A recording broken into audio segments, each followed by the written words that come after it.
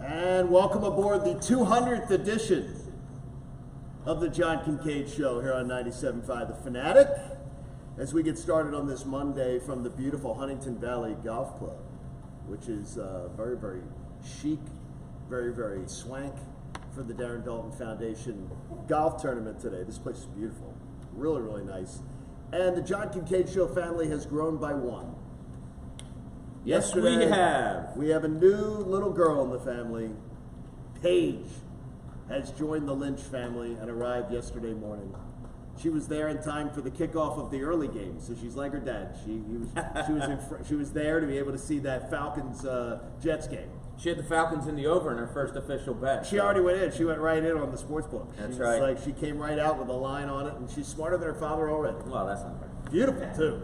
Beautiful baby. Congratulations. Addie did all the work. Oh yes, she did. So Jamie and Addie become parents again, and so Skylar is a big sister now. Awesome. So we have another girl in the family of the John Kincade Show here, this crew. So we have another girl joining the ranks. Congratulations to Jamie and his crew. Let's just start it right here. I've seen unlikely wins before, but that one may be truly the most unlikely of them all. Because rarely do you win when you play poorly. Rarely do you win when you are poorly coached. Rarely, even more rare, is when you make constant mental errors and you somehow survive. Make no mistake, that is a bad Eagles team. But it's a bad Eagles team that's 2-3. It's a team that managed to make a few winning plays when it counted the most, and that is something to be applauded. It's a maddening watch. I sort of likened it to watching a Phillies game this year. They're maddening to watch. But somehow they won yet another road game. They got a chance to be NFC South champions. I mean, if they win Thursday night against the Buccaneers, they're going to wrap up the NFC South in October. And they have a chance to be 500 after Thursday night. I'll take it. And all day long, the goal will be try to balance the pissed off part of me with the excited part of me to see them regroup and survive and find a way to victory. But I challenge you. Mike Missinelli will answer this challenge later on today too. Bob, you've watched Eagles games for a long, long time. I challenge you to tell me a game they won that you ever remember watching the Eagles that they played worse and won. Just once, and our friend at the station, Brian Westbrook, had a lot to do with it. The Eagles pulling out a win. And that was 2003 against the Giants. Was that the punt return? That was the punt return. Listen to these numbers in that game. Okay. It was a 14-10 win by the Eagles. Westbrook returned 84-yard punt with 1:16 to go. Going into that punt return, the Eagles had 134 total yards. Oh my God, you would have thought Justin Fields was playing quarterback for them. In the second half, they had 1 first down and 23 total yards. Oh my gosh. It was, I remember, I was up in South Bend, Indiana. My friends and I went to a Notre Dame game. And our flight was that night, so we went to a bar and we're watching the Eagles game. It was as bad as I felt because of all-day partying on Saturday. That was worse. Was that game, or am I imagining that it was played in it was like a sort of a slightly wet day? Yeah, it's like wet. I think type windy. yeah. McNabb, I think, threw for 80 yards. Or he oh was my horrible. Gosh. It was the worst. Wait, Justin Fields would have laughed at that. Yeah, right. He would have laughed at him that day. But that's incredible. Yeah, that one was ugly. It was funny. It's the first thing that was ringing in my head yesterday, probably around the third quarter. I was like, oh my God, this is just like that Westbrook game. But they found a way to pull it out. And yeah, as ugly as it was and as bad as the taste in your mouth is for how they played, at least you have a nice little dessert in saying, okay, there's a W. Absolutely. Yeah. And to me, that's the balance that we really do try to strike here on the show. The idea that, it's not the constant drumbeat of just beat you over the head with, boy, they suck, boy, they suck. But I really am challenged today to not be sucked into the vortex of, that was atrocious yesterday. I think Nick Sirianni calls a terrible game. He's 5 games into his tenure. He is a terrible play caller. Yeah. And to me, he's a guy who has never done it. And again, after another week, and Jamie's not with us today, but I will not have to hear Jamie this week going, well, they won the game. They won the game. They passed it 1,000,000 freaking times, and they avoid the run. That was a horrible game plan. And once again, He knew what the Carolina Panthers do poorly on defense, and he didn't do it. He did exactly the opposite. 245 rushing yards the Cowboys had against Carolina the week before. And you went, here's how their series went, John. I was keeping a chart of how they went. Here's pass to run in some of their first series. 3 passes, no runs. 2 passes, 1 run. 3 passes, no runs. 4 passes, 2 runs. 5 passes, 1 run. 3 passes, no runs. 3 passes, no runs. It was ridiculous. It was one of the first 13 plays, right? And you know, here's yes, I mean, exactly. It's absurd that it is absolutely absurd to come out with that game plan yesterday. It makes no sense because Kansas City, the week before, you had seen Kansas City get gashed on the ground. And he says, no, I'm smarter than the room. I'm smarter than everybody else. I'm boy genius here. I've never called plays in my life, but my game plan is going to be exactly, it's almost like the sneak attack. He's going to sneak attack them by outthinking them and saying, I'm going to do something you're not expecting. You expect me to exploit your weakness. No, I'm going to go after something that you're better at. It makes no sense. Sirianni makes no sense. And so last night I'm sitting around and I'm thinking about stuff we're going to talk about today. So I texted a coach, and I said, an offensive coordinator. Okay, good. And I said, let me ask you something. What is harder to coach, a run play or a pass play? It's no question. I know this. He said it's not even close. It's so much harder to diagram and to execute a run play because you're accountable for everybody on the field.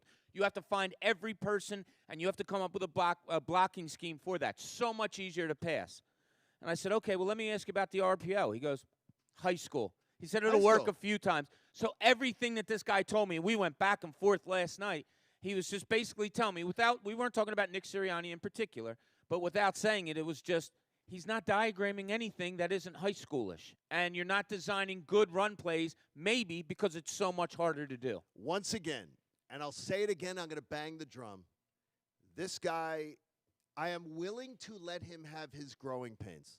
I'm willing to, but I'm not going to sugarcoat it. Yesterday, Andrew Salchunas was doing the post-game show here on The Fanatic, doing a fantastic job. I'm listening coming back from the Darren Dalton Foundation event down at Live Casino.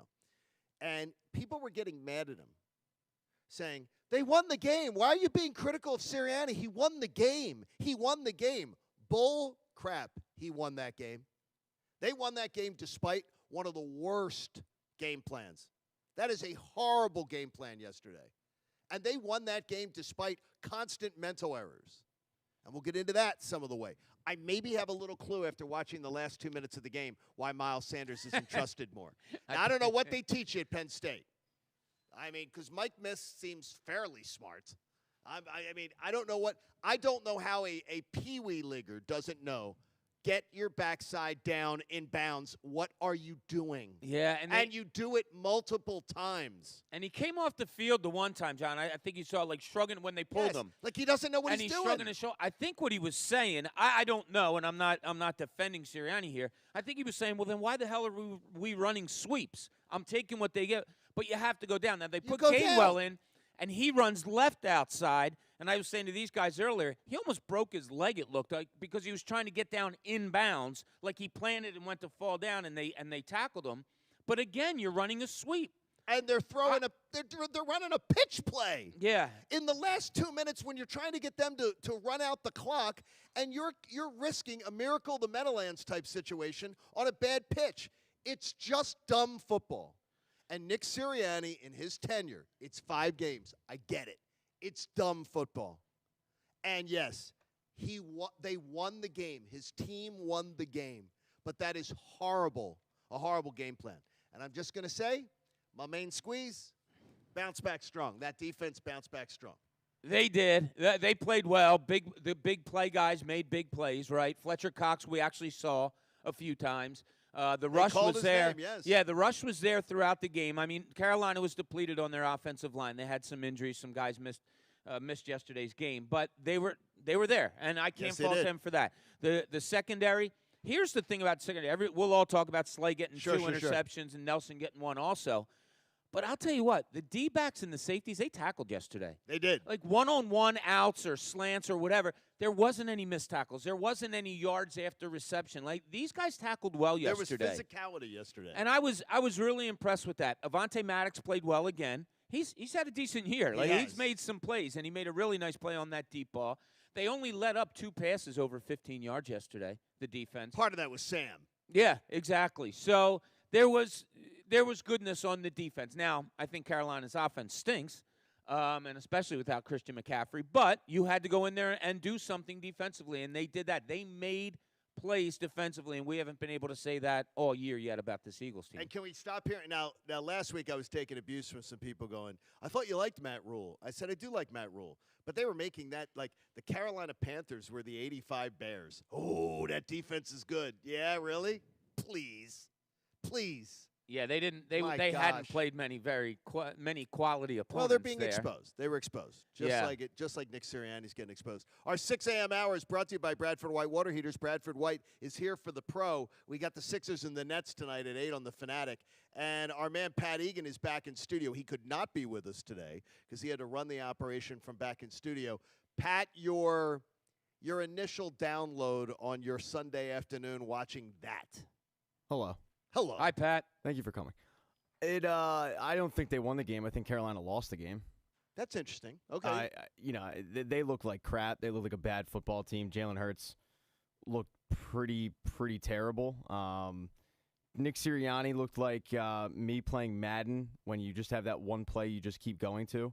I don't think I've ever seen a coach so obsessed with bubble screen and screen passes that he just keeps hammering it and hammering it. It was a lot of the same mistakes that they made in previous games, but the defense really kept them in the game, and then I feel like Carolina lost the game.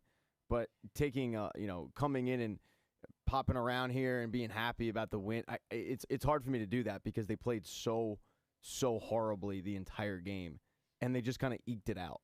Eagles offense averaging 23 points a game. The Eagles defense averaging giving up 24.8. They are almost the same. And maybe that's why they're 2-3. They're almost the same. Yeah, I mean, you had 2 weird plays that came in the final score yesterday. One was the bad snap that should have been a touchdown for Carolina, and they just never got on the ball and it went out of bounds. So you only get a safety Jalen there. could have gotten on the ball too. He tried to one-hand it. I don't know what he's doing. I don't know. That's Little League football. That's Pee-wee ball. It is. I mean, get on the ball. You have to know. You got to know situation there. I mean, you're going to have to take the safety. Yes. They're lucky it wasn't a touchdown, and then you get a blocked punt by T.J. Edwards' elbow, which obviously came big time into play. So you're talking about a reason for winning, a non-touchdown that turns into a safety, and a blocked punt, which hasn't happened since 2017. So I hear what Pat's saying. The Eagles might not have won that game as much as Carolina lost it. By the way, I don't like Carolina for whatever reason. You don't like Carolina? I don't know what it is. They're borderline on the list. I'll tell you what it is. It's Mushin Muhammad and Jake Delhomme.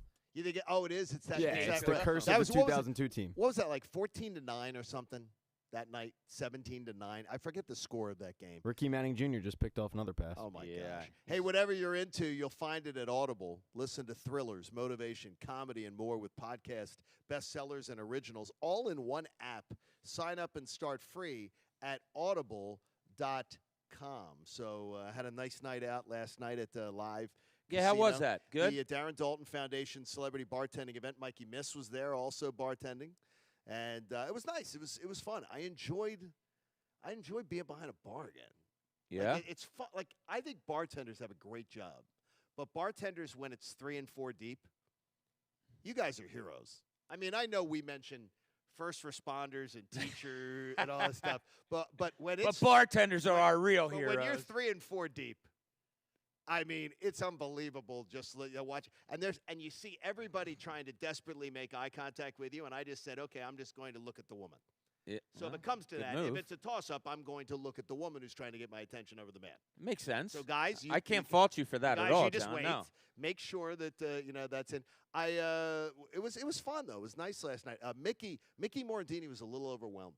Oh really? Shocking. He was behind the bar. Considering how clutch he was as a player. I mean, he was clutch. When you're out of your element, when you're out of your element, that's tough because you're so used to being good at something, right? I had to relieve him early because he was a little. Are you as bad as the Phillies bullpen at relieving? No, it was good. I came in lockdown. Call me good. Mariano Rivera last night compared to that. But it was fun, and people were. It was a great night out, and it all culminates today in the Darren Dalton Foundation golf tournament here at Huntingdon Valley, where they will be raising funds for brain cancer research and taking care of people, because it's a nasty killer. Yeah. Yeah. It's the one you don't. It's one you never want to hear the word cancer. I can assure you, you do not want to hear it. But it is one of the nastiest. It is it's a great cause to be out here today.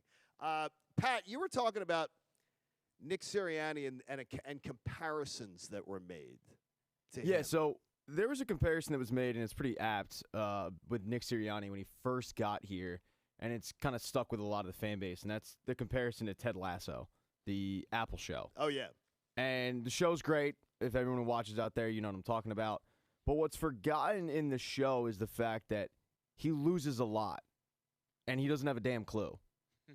And, you know, he's all about locker room and getting the guys together and funny one-liners, but he doesn't have a damn clue, and they lose. And I'm sitting there watching the game yesterday going, yeah, no, this dude literally is Ted Lasso, because I feel like he doesn't have a clue. He doesn't have a feel for the game. As I said, I think Carolina lost that game more than the Eagles won it. He continues to go to the same play over and over again. And I think the thing that really stuck out to me in terms of this comparison is putting Lane Johnson's number on his visor. Oh, my God. With the other two guys that are out for the season. Now, a lot was read into that. Now, Lane's going through some personal things, so I think it had more to do with support because of the personal issues, not that Lane will be out for the year. But I just went like, Jesus, man, you're corny. He's just what's the hat today? What hat's he coming out in today? Flyer season starts this week. Probably, yeah, Sixers probably next week. Union. Union. Big I think win Coach by Curtin, them. Yeah. I think Coach Curtin's going to get some love today, and he's going to be wearing one of those dupe, like ski masks. Yeah. Out there. I think he's a cliche. I think he's trying so hard. He's learning on the job. Yeah. They gave the job to a guy. They promoted him 2 levels fast.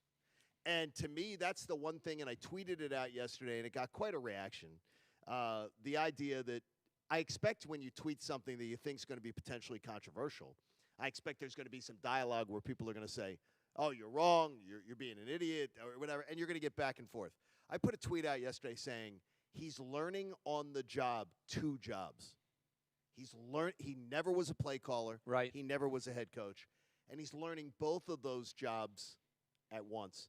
He should be learning one of them. Somebody else needs to be calling plays because he can't handle it. Yeah, and he can't handle it. It's obvious he does not do a good job with it. The scariest thing that I saw yesterday, John, besides all of the inept offense that he tried to do and all that, there was a play where he ran, I think it was about 3rd and 6, and he ran yet another swing pass that was tackled for a 2-yard loss. It was to the far side of the field. At the bottom of your TV screen, you could see Jason Kelce standing there and just shaking his head. Yes. Like, what the hell are we doing here? Now, we can get on Sirianni for everything and all the things that we just mentioned, and Pat did also. But when the players start downing you a little bit, you can give a first-year coach a little bit of leeway.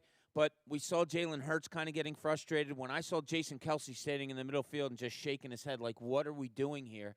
Then it gets to be really scary. And, you know, the weird thing is, the end of the game, you need to run the ball, right? How come they could do it so successfully, even when you knew Carolina Correct. knew they had to run the ball? But the thing is, even when he does it, he does that wrong. Right. Yeah. I mean, it doesn't. The ball, honestly, you're trying to make Carolina use their timeouts. I am a talk show host. I am not a football coach, but I would have never had the ball leave Jalen Hurts' hands. I would have had the ball hiked to Jalen Hurts. Jalen Hurts shuffles his feet around a little bit, tries to get a few yards. The ball never leaves his hands because every time the ball is transferred to another person, you've got an opportunity for a turnover. I would never have had it leave his hands. I would have been fine with it 3 times. I didn't need any more than that. I don't need a miracle the Meadowlands play to happen. But he makes simple things complex.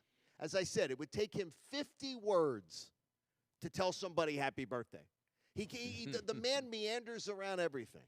And I don't see a confident guy. No. I don't see a swagger. I don't see Doug Peterson, for all the critique of Doug Peterson over the years, Doug Peterson to me always seemed confident. Like a guy that walked in like thinking, like, I think I know what I'm doing. Yeah. I may not, but Yeah. I think I know what I'm doing. He doesn't Nick Sirianni does not look it.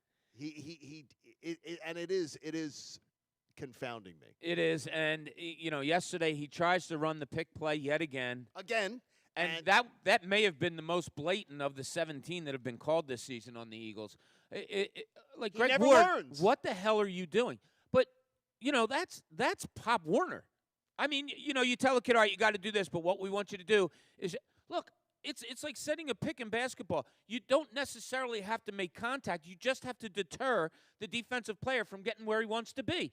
Greg Ward could have ran up and said, "Oh, excuse me," and gotten out of the way. All he has to do is make that man miss a half a step, and you're fine. He threw a damn block. He threw a complete block in the end zone. And for Nick Sirianni to come after the referee after that? Which was stupid. Are you kidding me? Yeah, because he knew. He told us in his press conferences. He told us that maybe I need to take that out of the playbook, is what he said. And you guys were like, no, you need to teach it better. I've had enough of Greg Ward at the goal line. Well, that's the only place they ever use him, it seems like. And why right? are you using him? Why are you using him? He's continually shooting you in the foot. Which is just, it's just a mess. Okay, if you want to share an early phone call with us, we'll make a little time for you. 610-632-0975. We will hear from some of our jurors coming up this hour, too. It's a difficult money because you just want to be happy they got to win. You want to be happy they're 2-3 going into the Tampa Bay game. And by the way, Tampa Bay's defense is horrid. If you watched the Dolphins yesterday, the Dolphins, for 2/3 of that game, they moved the ball almost at will on that Tampa defense. Did they? I didn't see any of that game except for the Brady touchdown. Then Brady just said, "Get the hell out of here! Get the hell out of here! I'm just going to swat you around." He's pretty good, that Tom Brady. He is. I think he's got a future, which is good. If you want to get in with us, 610-632-0975. And this guy finally played a game close to the nickname that I think he gives himself. It's the John Kincade Show on the Fanatic. Many of us have had lives that have taken twists and turns in the past year or so. I know I have. My family's down in Atlanta. I'm here in Philadelphia. And I've got a girl who's heading to college next year. So there's a lot to consider, including financial ramifications. And I don't know if it's the same in your house, but we are demanding that our daughter have some stake in the game. It's not just going to be, hey, mom and dad just stroke the checks. So we found out about College Ave student loans, which is a great shortcut on the road to life. And you don't want to take shortcuts, but you want to take this one. This is worth it.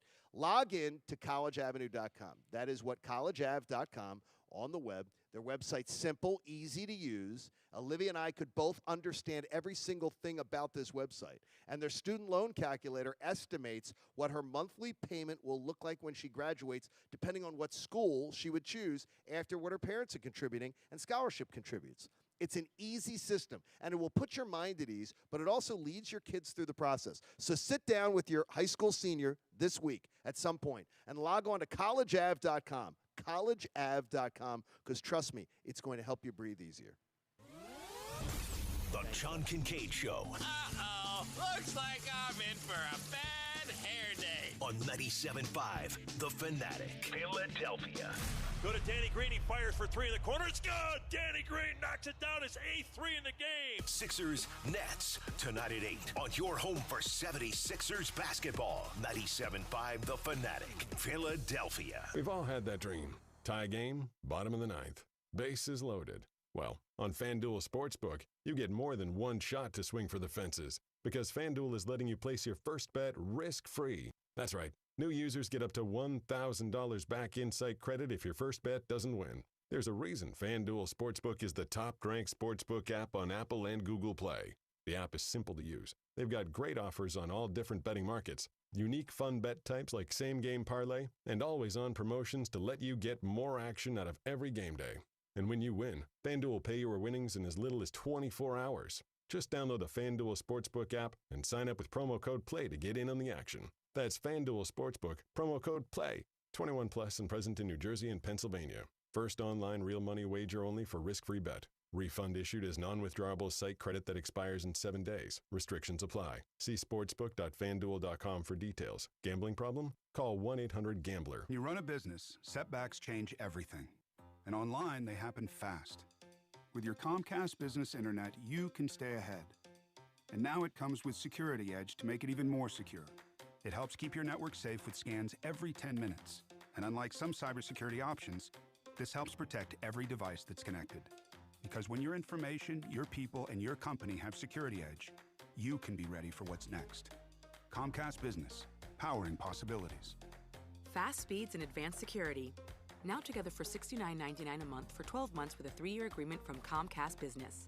Learn more about powerful connectivity and advanced cybersecurity solutions for your business. Call 1-800-501-6000 or go to comcastbusiness.com today. Offer ends 1/3/22. Restrictions apply. New Comcast Business 100 megabits per second and Security Edge customers only. Early termination fee applies. Equipment taxes and fees extra and subject to change. Since being the first to make wiper blades over a century ago, Trico has protected drivers in any weather. We're always looking ahead, studying your specific driving conditions so you'll be ready for anything. Like, if it actually rains cats and dogs, you can handle every soggy Siamese and drenched Doberman. Your Trico wipers maintain maximum windshield contact for safe, clear driving visibility, whatever the weather. Trico, the future of wipers since 1917.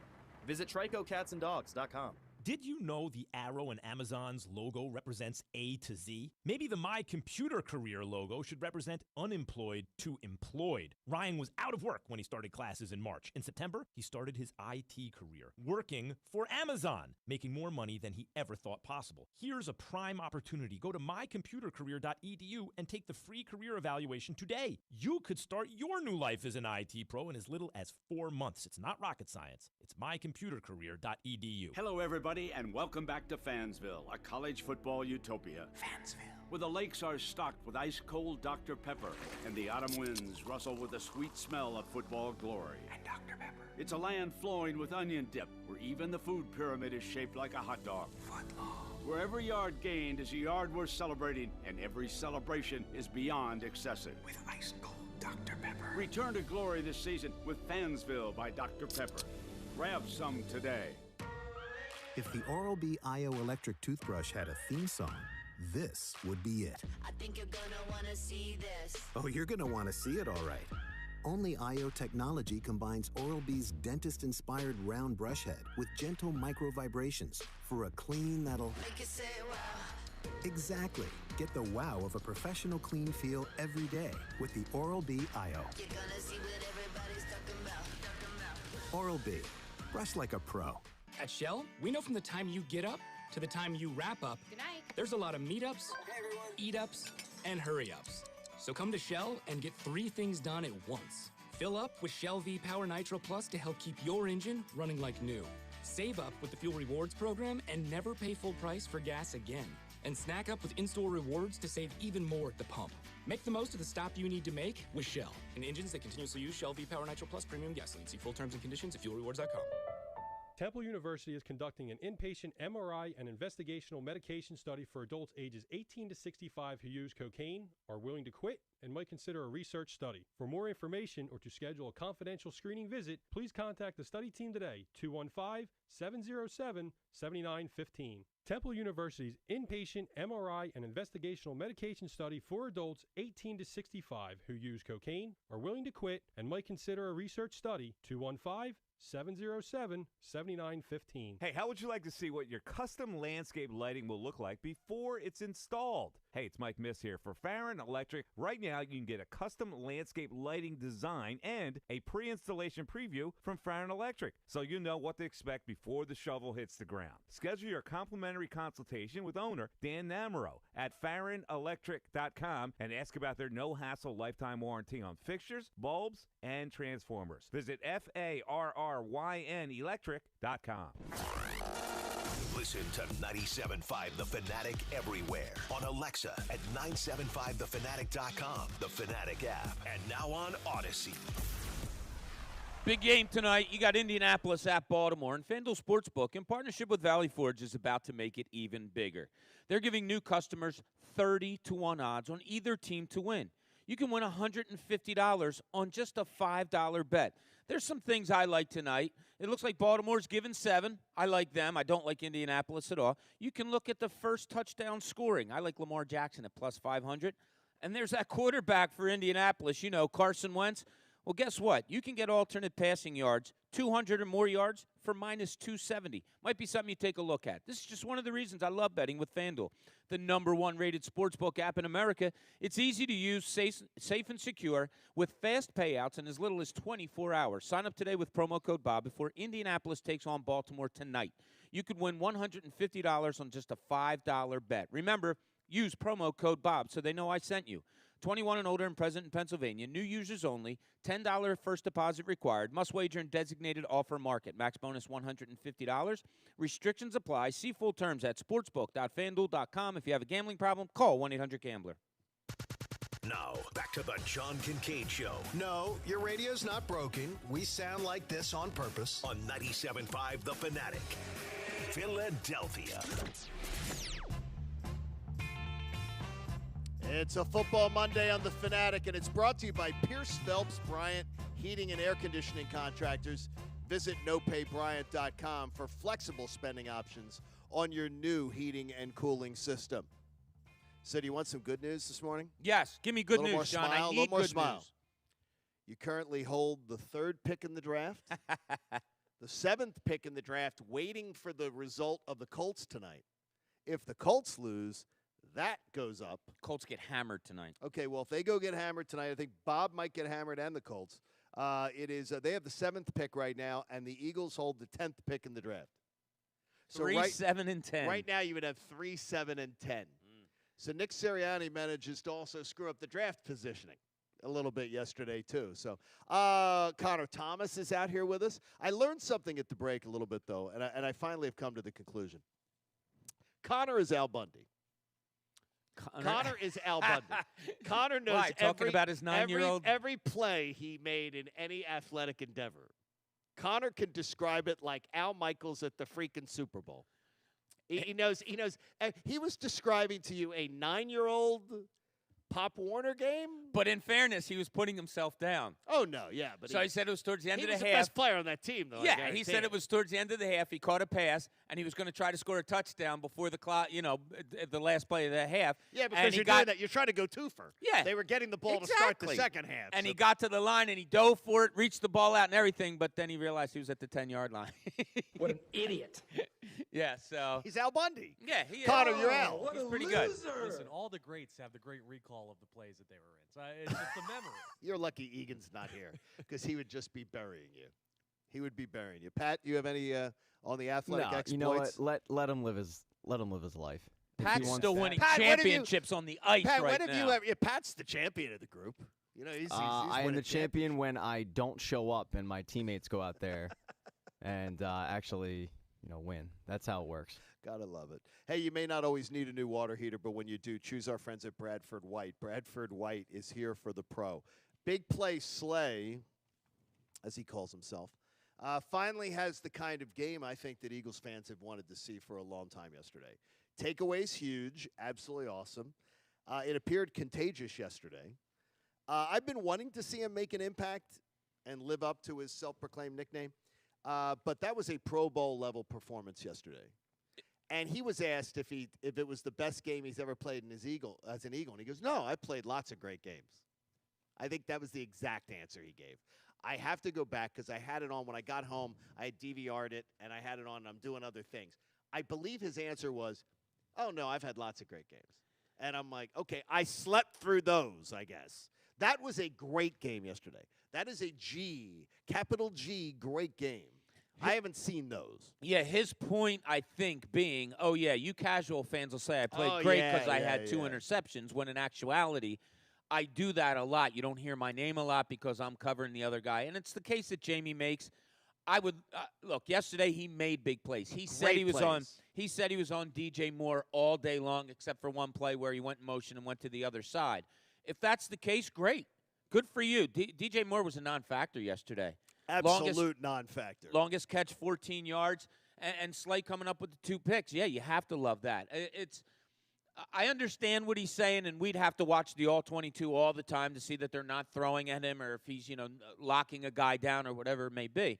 But our point was they just weren't making any plays. Like, they weren't getting beat deep, but they also weren't stopping anything. We didn't see pass deflections. We didn't see pass breakups. We didn't see much of anything from him and Nelson. so far coming into yesterday. And yesterday they both played very, very well. And, yeah, they wound up with the 3 turnovers. Now, points per game right now, let me do the math. Okay, there are 10 teams giving up more points per game than the Eagles. I'm okay with that. I'm okay with it. With right now, you have you're 20. You are 21st in the NFL in points allowed.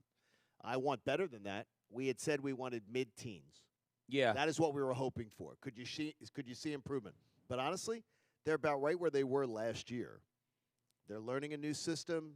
Rookie defensive coordinator. They're right about where they were last year. Yeah, the defense, look, they did what they had to do yesterday. And like I said last week, I would have liked to have seen McCaffrey play because I want to see this defense challenge. Now, yesterday, what Jonathan Gannon did was he really rotated in and out his linebackers. Yep.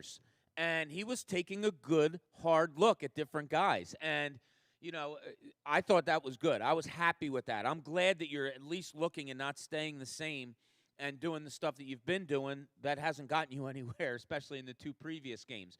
The defensive line got their rush. The linebackers stepped up and made some plays, and your secondary was good. And like I said, their tackling to me was phenomenal yesterday. So defensively, yes, very good overall outing against who I think is a really bad offense. Is it chicken or the egg with Sam Darnold? Was Sam Darnold made to look terrible by Jonathan Gannon's defense, or was Sam Darnold terrible? Your gut instinct. My gut instinct was it's not hard to make him look very mediocre. I think Gannon did a good job. Look, there was more than one Eagles defensive player yesterday that said they disguised a whole bunch of things.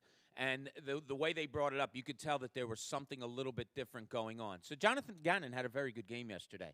And it's a good opponent to get your confidence up against and a good opponent to have a good game. Whatever he dialed up and whatever he did, it worked. And it was good. And it made Sam Darnold come back down to earth and look very pedestrian. Sam Darnold vote from you, Egan. Where do you think it was more Sam Darnold really isn't good? Or do you think he was really bad. He was bad. I don't think he's that bad of a quarterback. I think that Jonathan Gannon's scheme really, really flummoxed him. But I also think that he wasn't having his best day. It was really just a tornado of everything that could go wrong will go wrong for Sam Darnold. I mean, his offensive line was terrible. When Fletcher Cox is actually able to get to you, that's a pretty bad sign. And then you've got Darius Slay locking up his number 1 wide receiver. So it wasn't a good performance from Sam Darnold, and you have to give credit to Jonathan Gannon, but it was also not the best situation that he was put in. It's almost as if they had the Carolina that Matt Rule had like a bad game plan. Like it's like that he had gotten. Someone gave him bad information or something. He did not exploit the Eagles yesterday. No, you know what it felt like to me, John? It felt like a team that came in overconfident. Oh, I agree with you. It it came off to me like, wow, they just think they're going to roll over this Eagles team. And look, I had Carolina winning the game pretty handily, but I mean they came in. It seemed like to me, just watching on TV, that they had that type of attitude, and it was. Besides Hubbard, who I thought had a pretty good game, tough yards he got, it just seemed like they were going through the motions. And at one point, I was thinking to myself, who the hell is Carolina to let the Eagles stay in this game and they think it's okay?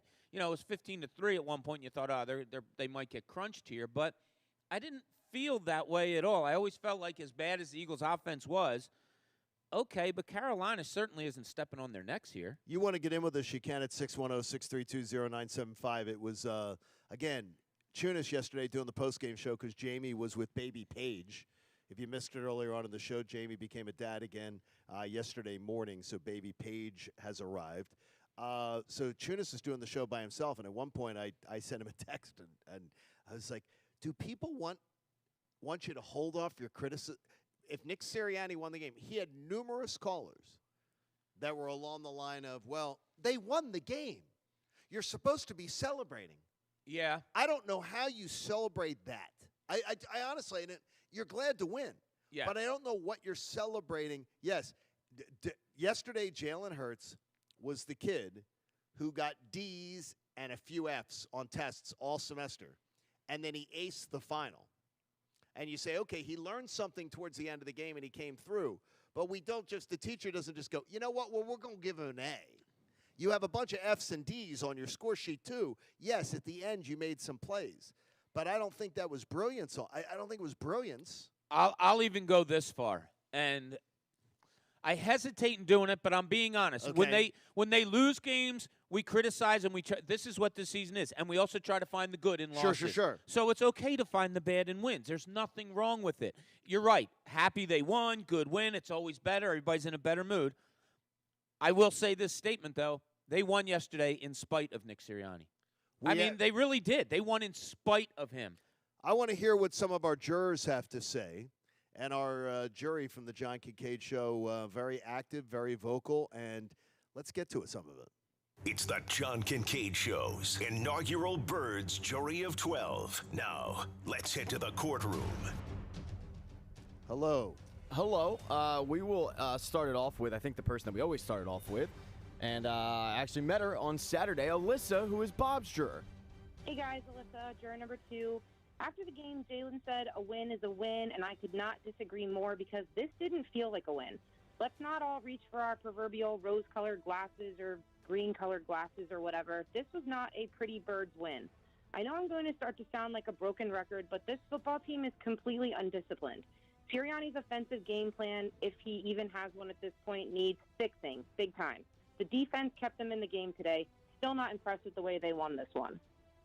Alyssa is, again, in her brevity, in her just getting her thoughts out, spectacular. She's juror. Brilliant. She's a spectacular She is juror. just brilliant. She speaks for the masses when she speaks. Pat, how was it Saturday night, by the way? It was fun. It's a good time. Yeah, we had Who all came out? Do you remember? I do, but I don't want to forget anybody. Okay. So, well, because it's inevitable. I'm going to sit there and rattle off 4 people, and I'm going to forget one person. Okay. So, I but did it was text a good you time. to see if one person was there. He did show up. Oh, he did? Yeah. And you didn't tell me? Well, what do you mean I didn't tell you? I told you to tell me if he showed up. Oh, Pat's in I would have gotten in the car and come up there. And what did I tell you? And you said I wouldn't have gotten there in time. You wanted to. You've never seen me drive. I'm telling you. You met a friend of mine, huh, Pat? Yeah, I did. Yeah. Bob's friend came out. He demanded to know where Cooney was. Yeah, it was a good time. They always think we're together. Yeah. They think we're, like we travel in bunches. Exactly. All right, who else we got, Patty? All right, we got one of my jurors, Josh. Juror number 12, Josh from Audubon. What a hilarious comeback win, right? But let's not get it twisted. Jalen Hurts thinks out loud. He can't make a throw. He can't make a read. Sure, he made a couple plays with the legs and a push pass to Quez Watkins in the second half to set us up for that one touchdown. The guy stinks, all right? Good win. What an amazing job by the defense. I got to tell you, I sort of like that analysis. He thinks out loud.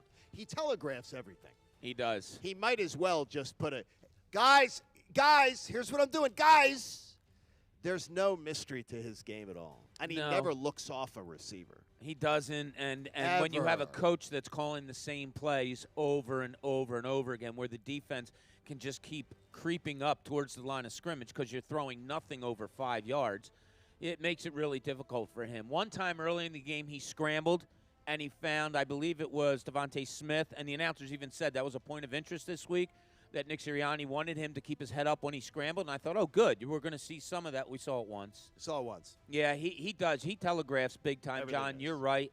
And, the arm strength again. Look, they call one play downfield. When he gets the ball off early and he throws the ball in the break like he did to Quez Watkins, good things can happen. It happens once, and you don't go to it ever again. I was watching it with Ricky Bowe, and because we were there for the event, and you watch him throw the deep ball, though. He does have to sort of He's got to get his use body the into legs, it. throw his whole body into it. There's no effortless action to it. Right. All right, what else we got, Pat?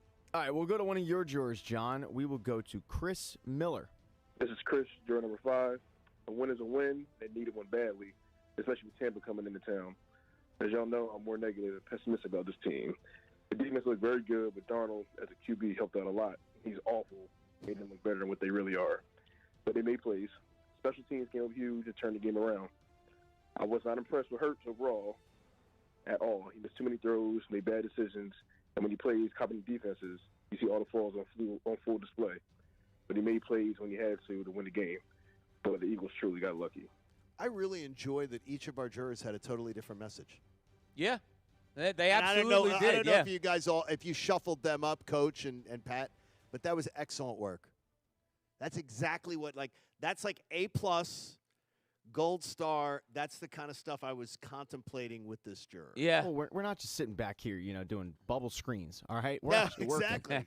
I wish the head coach wasn't. We're mixing it up a bit. No, but the thing is, though, is we don't coach the jury on what a coach tells them the time frame to put it in, how much time, and everything like that. But their thoughts, all of them touched on different things that it sort of annoyed them about the win. Yeah, and Which is there's interesting. there's plenty to be annoyed about, and of course we're going to hit on it for the next 3 hours. Plenty to be annoyed about, mostly, almost all, on the offensive side of the ball. Defensively, you want to look for happiness today. Obviously, it goes straight to the W. But, against a bad offense, and I said this about the Eagles' offense last week, too. They went against a bad defense in Kansas City. That's okay. You still need to look good. And you needed that win yesterday, and I was going to say this on top of what Alyssa said. You needed that win just to keep the guys in the room, keep their heads up. You go to 1-4, it's really tough to keep those guys. You have a short week, Super Bowl champions coming in, Tom Brady. How hard would that have been for Nick Sirianni, Rich Gannon, to keep those guys up for a game like that after you go to 1-4? Had next NFL quarterback that I was texting with yesterday say to me, can you imagine if instead other young quarterbacks with different arms, sort of like one in Los Angeles and the Chargers, who are becoming dynamic and They're fun to exciting, watch. what they would do with these Eagles' offensive weapons. Because that is the one good part, is that Devontae Smith, he's going to be a player. Quez Watkins is going to be a role, and he's going to be a player. There are some bright spots. Jalen Reagor's going to be a wait. Well, and they do have players right now that they're not using. Correct. I mean, Dallas Goedert, what the hell are they doing with the tight ends? I have no idea. Nick Sirianni is lost when it comes to play calling. Okay, go back to what would obviously work for a young quarterback, and that's throwing to your tight ends also. He doesn't do it. He's not You listening. have speed on the outside with Quez Watkins. You try it maybe once a game, and it seems to work when you try. Keep trying it. And if they cover that, okay, that opens up a middle for maybe your tight end. There just seems to be no schematic sense going on in Nick Sirianni's head right now. I think Sirianni's listening to Peter and Stan. I don't think he's listening to us. I don't think because he would be getting great advice from this show every single week. He listens to us. Let's go to Cooney's Corner, where Bob looks like he's finally maybe getting dragged into the muck. Now, let's see what's in Cooney's Corner. It's too easy just to talk about the running game or lack thereof, right? It's just too easy. I mean, my God. Look, it's again, the man ignores it. It was at one point, I think it was 24 passes to 5 designed runs. I'm at a loss, especially in the week before when the Carolina Panthers gave up 245 rushing yards. I would have ran the ball down their throats until people got mad I was running it too much. But here's the thing with Nick Sirianni. I think he just runs it to run it to get people off his back. There's no scheme at all to his running. It's the same run every time. It's up the middle with Miles Sanders, and it seems like there's no, okay, they're coming on the outer edge, so let me take advantage of that, or they're coming everything inside, they're stunning inside, so let me run outside. Nothing. It's the same damn run just to say, oh, I ran the ball. And I swear to God, that's what I think's going through his mind. Oh, you know what? We haven't caught a run in like 12 plays. I better run here. Yeah, just run it up the middle. How about Miles Sanders, where getting around the edge is where Miles Sanders can do some serious damage? How about some design plays to be able to do that? Stretch run plays. Anything like that. Like you did at the end of the game? Yes. The end of the game, they ran the ball well when Carolina knew they had to run. And they still couldn't And they ran stop it them. well. Correct. It's unfathomable to me. He's arrogant. He may be Ted Lasso. He may be, but the man is arrogant. He's stubborn and he's arrogant. And as I said, he thinks he's figured it out. Yeah, and as I said earlier in the show, for maybe people that weren't listening, talking to an offensive coordinator in football last night, he said designing a running play and executing it is a lot harder than a passing play because you have to count for everybody. You have to make sure everybody is on a block, and maybe that's part of his lack of coaching in that in practice he's not taking the time to set up those run plays. Well, I mean, he led the – look, we're at a country club today here, beautiful Huntingdon Valley Country Club. I mean, that's what he ran a country club this year. Oh, we don't need OTAs. Yeah. We don't need OTAs. I'm a new coach. We got the youngest coaching staff ever assembled in NFL history, but we don't need OTAs. We don't need to push the guys hard. We need an easier camp. We don't need to play preseason games. I'm telling you, this guy pushing buttons, every button he pushes appears to be close to being the wrong one. His football instincts are wrong about this roster. Yeah, and the more this goes on with now this doesn't bother me, but John, I think it all ties in. The wearing of the shirts, the things on the cap. He's worried about all that stuff.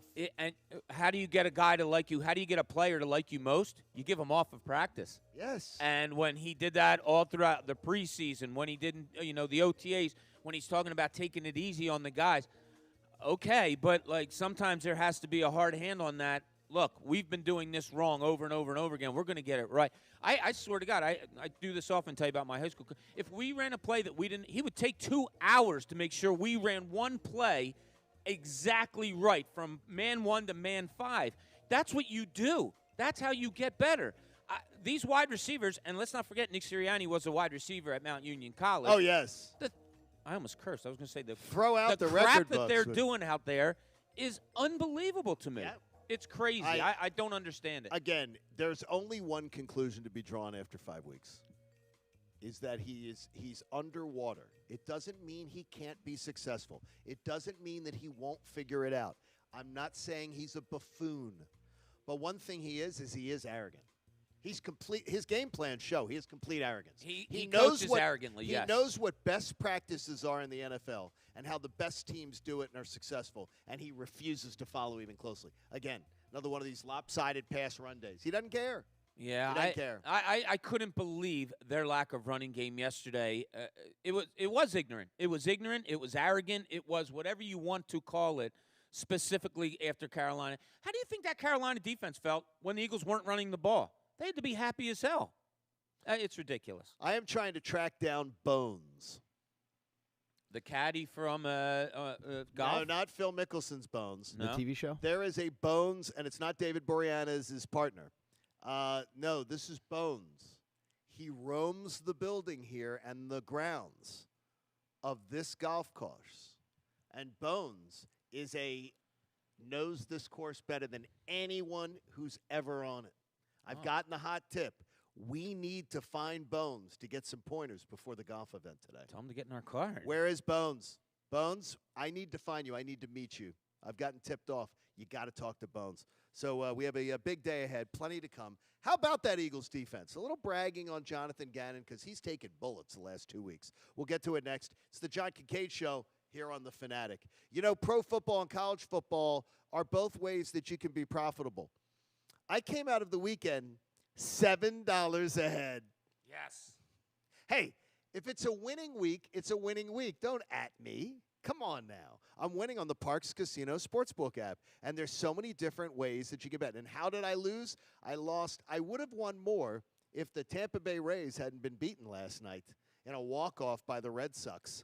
That was terrible. You know, you can bet playoff baseball's going on right now. You got Monday Night Football tonight with the Ravens, touchdown favorite over Carson Wentz and the Colts. And we all know who we're rooting for, right? We're rooting for the draft pick. Get a $500 risk-free bet from our friends at Parks Casino. Your risk-free bet is refunded in site credit. The website will have the terms and conditions. You can download the app or click parkscasino.com/PA. Use my promo code Kincade.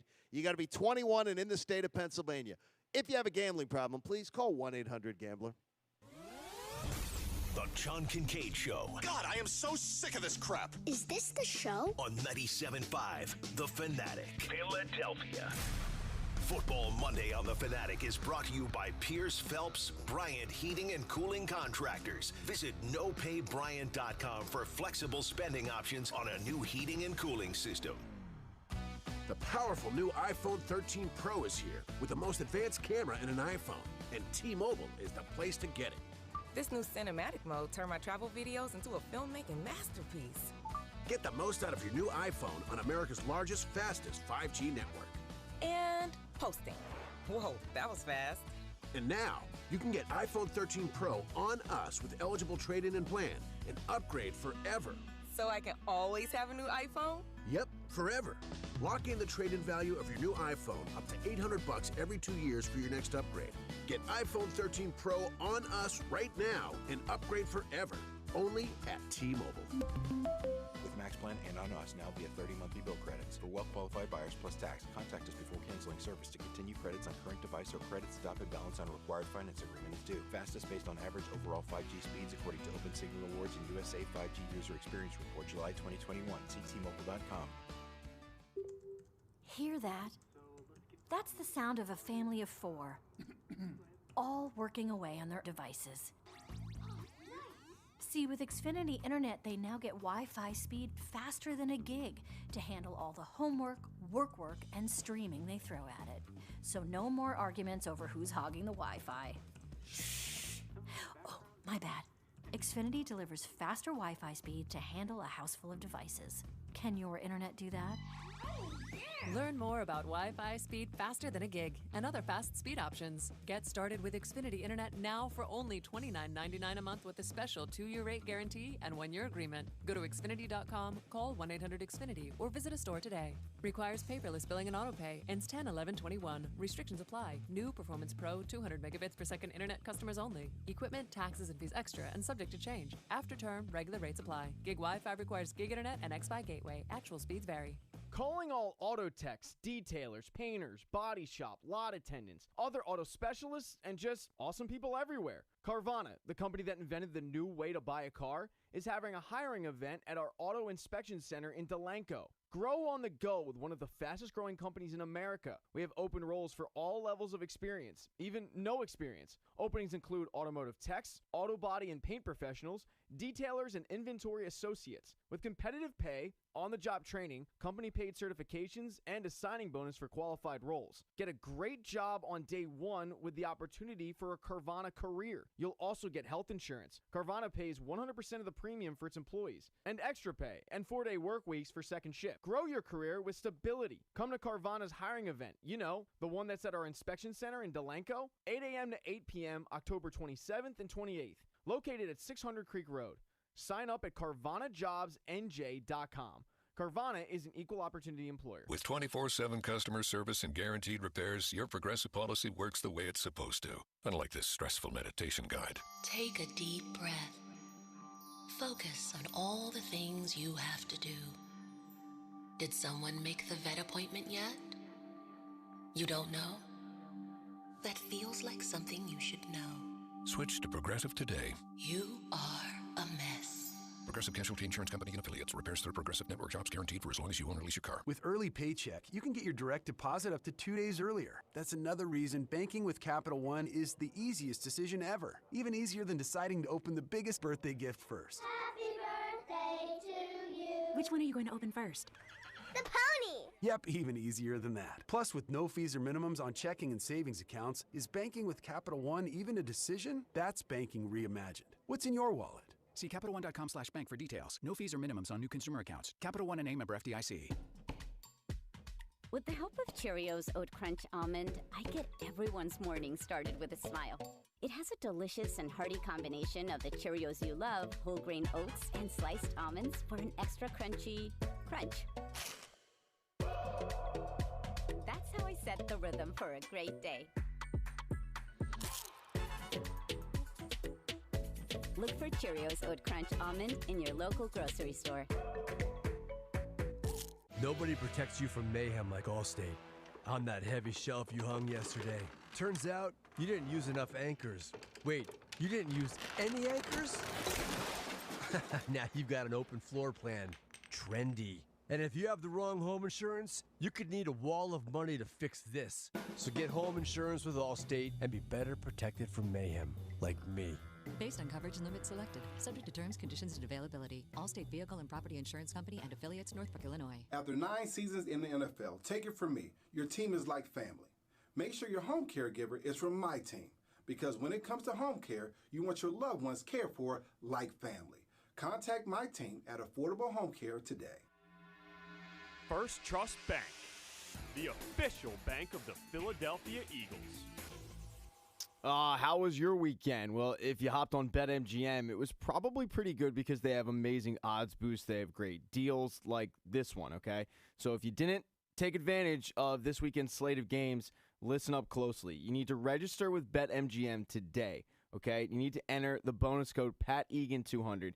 Then place a $10 wager on tonight's matchup. It's got Indy versus Baltimore. Doesn't really matter what team you put the $10 on, honestly, because if either team scores a touchdown, you're going to end up winning $200 in free bets, regardless of your bet's outcome. This is only from BetMGM. They're the king of sports books for reasons just like this alone, all right? They want to get you started off right with a lock. We all know this isn't going to be a field goal game, so register with the king of sportsbooks. Hop on the BetMGM app or BetMGM.com. Sign up. When they ask you for a bonus code, don't forget, type in Pat Egan 200, then put $10 on either Indy or Baltimore. Personally, I like Baltimore. And if either team scores a touchdown, you're going to end up winning $200 in free bets that you can use any way you choose. It's a new customer offer. It's paid in free bets. Visit BetMGM.com for terms and conditions. Must be 21 years or older, Pennsylvania only. If you or someone you know has a gambling problem, help is available. Call 1-800-GAMBLER in partnership with Hollywood Casino Morgantown. WPEN Burlington, Philadelphia, a Beasley Media Group station, home of the most entertaining Eagles talk. 97.5, The Fanatic, Philadelphia. Now, back to the John Kincade Show. Yes, I'm a seasoned broadcaster, but I've also got a fine head of hair. On 97.5, The Fanatic, Philadelphia. 7 o'clock hour, the John Kincade Show is brought to you by my sportsbook app of choice, the Parks Casino Sportsbook app. Download it at parkscasino.com/PA. Use promo code FANATIC. They're out like around $175 since the start of the season to me. I'm thinking they might have to start making some cutbacks at Parks Casino if I keep taking them to the cleaners. You're costing people their jobs? They're gonna carry me in. They're gonna take me into the back room and go, "How do you know so much, Mr. Kincade? And why do you bet these $7, $10 parlays?" You're killing them with paper cuts. You see, I'm trying to lull them into a sense of security. Yeah, that's what it is. Where they won't shut me off. And then one week when I just bring the hammer down on them. There you go. And it'll be the Parks and Casino. Kincade will be right on it, too. They're going to put Kincade up there, too, at this point. It's just an evil plot that I've got. Use my promo code. You can use my promo code Kincade if you want. Get that $500 risk-free bet. How about the Eagles' defense yesterday? The stars of that game were definitely on the defensive side of the ball. Jonathan Gannon and his crew clearly redeemed themselves yesterday. They stopped the bleeding. They put a tourniquet on. They weren't perfect, but they did a nice job. They had an excellent game plan. They made Sam Darnold look like Sam Darnold. And they were impactful. They created various save situations for their struggling offense and honestly kept the game close enough so there was a chance with a big play or two that they could come back and win the game. I think it's an effort to build off of. Was it perfect? Nope. Was it a hell of a lot better than we've seen the last 2 weeks? Absolutely. I'm going to give that one a B yesterday. I'll give the defense a B. I thought the defense got an A week 1 against Atlanta. I think it got a B in week 5. The other two, the San Francisco game, I don't even give them any more than maybe a B-. But the last 2 weeks were terrible. And the fact that Jonathan Gannon and his defense rebounded paint me impressed. There was a lot of pressure on him to dial up a really great effort yesterday. His players did, and he did. Yeah, Carolina helped a lot, which we all know. But you still have to dial it up right, and you still have to do it. And what I liked is that we saw different things, as I said before. Eric Wilson only played 41% of the snaps. You know, Davion Taylor got some time yesterday to the tune of 34% of the snaps. You saw different things going on with that defense as far as rotating some linebackers. You saw cornerbacks looking to make plays, John, right?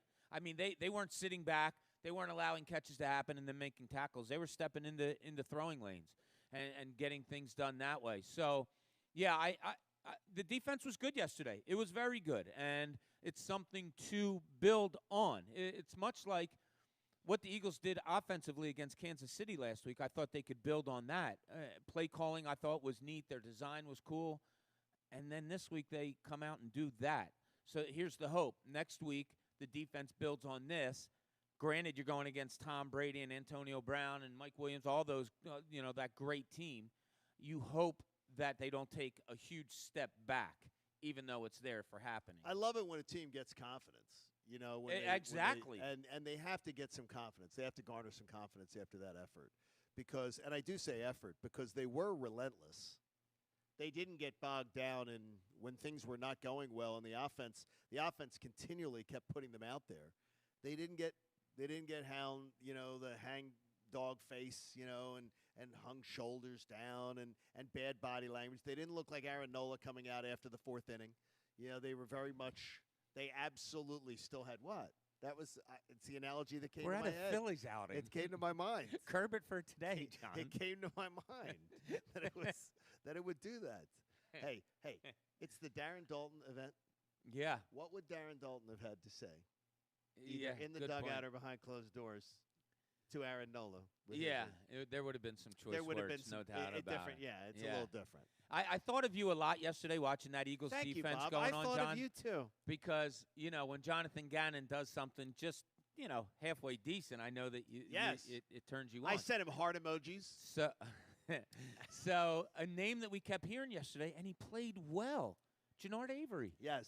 He played well at linebacker, and he made some plays yesterday. He did. He was brought here as a defensive end, and then Gannon talked about it in the preseason about guys are going to have to be diverse, and maybe some defensive ends, linebackers, and so forth. And he was talking specifically about Jannard Avery, and he used him well yesterday. Played over 50% of the snaps, and was, I don't want to say a force, but was noticeable out there. How was the TV broadcast? Because obviously I was down at the Dalton event, so it was at Live Casino. Yeah. We weren't really hearing the broadcast. So how was the TV broadcast? Were they gushing over the Panthers early and then No, Greg critiquing the Eagles? Greg Olsen talks a lot, but he's good. Those former players are good, and obviously he has terrific insight into a Carolina offense. And he had the baseball broadcaster in for him, right? The Bob something or other. As you know, I'm not great at paying attention to announcers. I was just wondering, because Greg Olsen working the game, I wondered if he was going to be a little pro-Carolina. No, he had a lot to say. Connor, you think he was? I didn't hear. I'm doing the in-game show, the okay. NFL Roundup show, so we don't have it on in the studio. But I assume the same thing. I was wondering whether he'd do that, because listening to Troy Aikman do some of the Cowboys game, I thought Troy I don't know what's going on during the TV timeouts, but I'm just figuring someone had to give him a moment, because he's gushing over the Cowboys. I'll tell you what. He's that was gushing. How about all the injuries incurred in that game yesterday? Daniel Jones, Saquon Barkley. Saquon Amari Barkley Cooper. injured again. His foot. His ankle looked terrible. So I did that. It was weird. I was sitting watching the game, and when they took off his shoe, Donna looked at it. She's like, "Oh, my God, that's your." I did that one time where I rolled, and I took off my shoe. It was broken in two places. It was that swollen. It was so grotesque. I wondered why they. Now I saw I did not see. I saw a replay of the game later, so I'm fast forwarding through. It's on the DVR. Why would they take your shoe off? Because aren't you supposed to keep it on? Yeah, well, because then it causes it to just. They weren't getting that shoe back on. I can tell you that much. Well, once they took it off. Well, that wasn't the hope. I know. I've been told different things throughout playing and coaching and stuff like that. Yeah, tie your shoe tighter. Well, all that does is kind of move the blood around, but there's still swelling that's going to happen down there. Yeah, you have to take it off to look at it, obviously. And once you looked at that, you knew he was done for the day. There's probably a break in there. I'd be surprised if there wasn't. I hope not for his sake. I hate he to see guys so get hard, hurt. And then the Daniel Jones hit, that was just, did you? I don't know if you saw it. I him did wobbling. see I saw it where they take him off. It's just scary. He tries to walk and he just starts stumbling, and the hits that these guys take, man, it's unbelievable. But yeah, that game yesterday, there was just guys leaving left and right, and that was a real physical game. He looked so dazed coming off that field. I thought it was Eli Manning against the Eagles. That was horrible. Absolutely. It was terrible. That's hard to watch. Temple University is conducting an inpatient MRI and investigational medication study for adults ages 18 to 65 who use cocaine and are willing to quit. And if you would consider a research study, call 215-707-7915. 215-707-7915. And my hope would be that you would quit. That's my hope for you, is that you would quit. Yeah, and they're trying to help you out there. You're going to have a reach around with Pat Egan, coming your way in just a few moments. A Pat Egan reach around? Pat is taking Jamie's segments. I'm lotioning up right now, guys. He's all ready for it, so it's Proud of you. coming. Got the lotion with the aloe. It is coming together. Pat Egan will have the reach around for you just here in a couple minutes. Just in general, what do you give Jalen Hurts? Because the gentleman says here he aced the final. That means he learned in the course of the game. He used my example on me and said, well, he aced the final. That's what matters. That means he learned throughout the course of the game, and when he needed to get the great grade, he got it. They don't throw out every grade from the whole semester if you get a great grade on the final. They don't say, oh, all those Fs and Ds, forget it. They don't matter. Yeah. He battled yesterday. I'll give him that, and it's a learning point for him. The frustration that he had. Look, he's got to have a meeting with Nick Sirianni and say something. Are we doing what's best for me? Because I don't care who you are, if you're Tom Brady or Jalen Hurts. If you're running the same plays every time, it's not real hard to defend. There has to be some diversity in that offense that we didn't see yesterday. Now, do I think Carolina made the Eagles do that all day long? Perhaps more to a point to Nick Sirianni than it is to us. It's not as obvious to us why they're running the same play all the time, bubble screens, no passes over 5 yards. And when they do try to throw the ball downfield, it worked. I still don't understand the tight ends not getting involved. Also, too, are you worried about Zach Ertz? Yeah, you know what? I think I'm ready to say, great.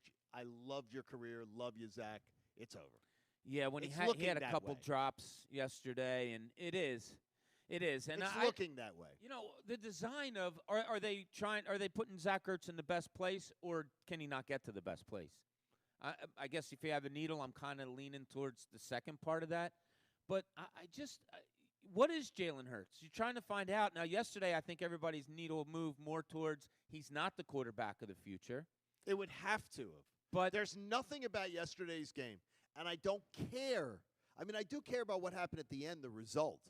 But I'm not going to ignore 50 minutes of really, really bad play, maybe even more, to say, well, he aced it at the end, so that's all that matters. No, it doesn't, because you're going to bury yourself against good teams. That turns into the Dallas game.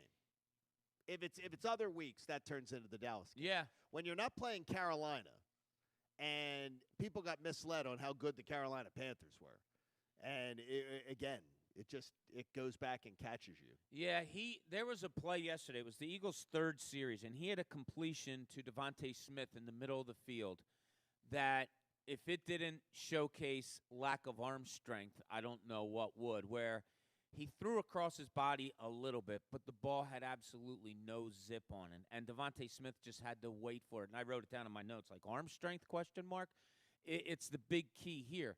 But, again, look, some of his best balls this year have been on deep balls, and you would think deep balls are arm strength, but it's not. It's throwing on the break. It's anticipating where a guy's going to be. It's Nick Sirianni throwing a design where a Quez Watkins or somebody else is open on a break, that he can throw it downfield where they're running under it.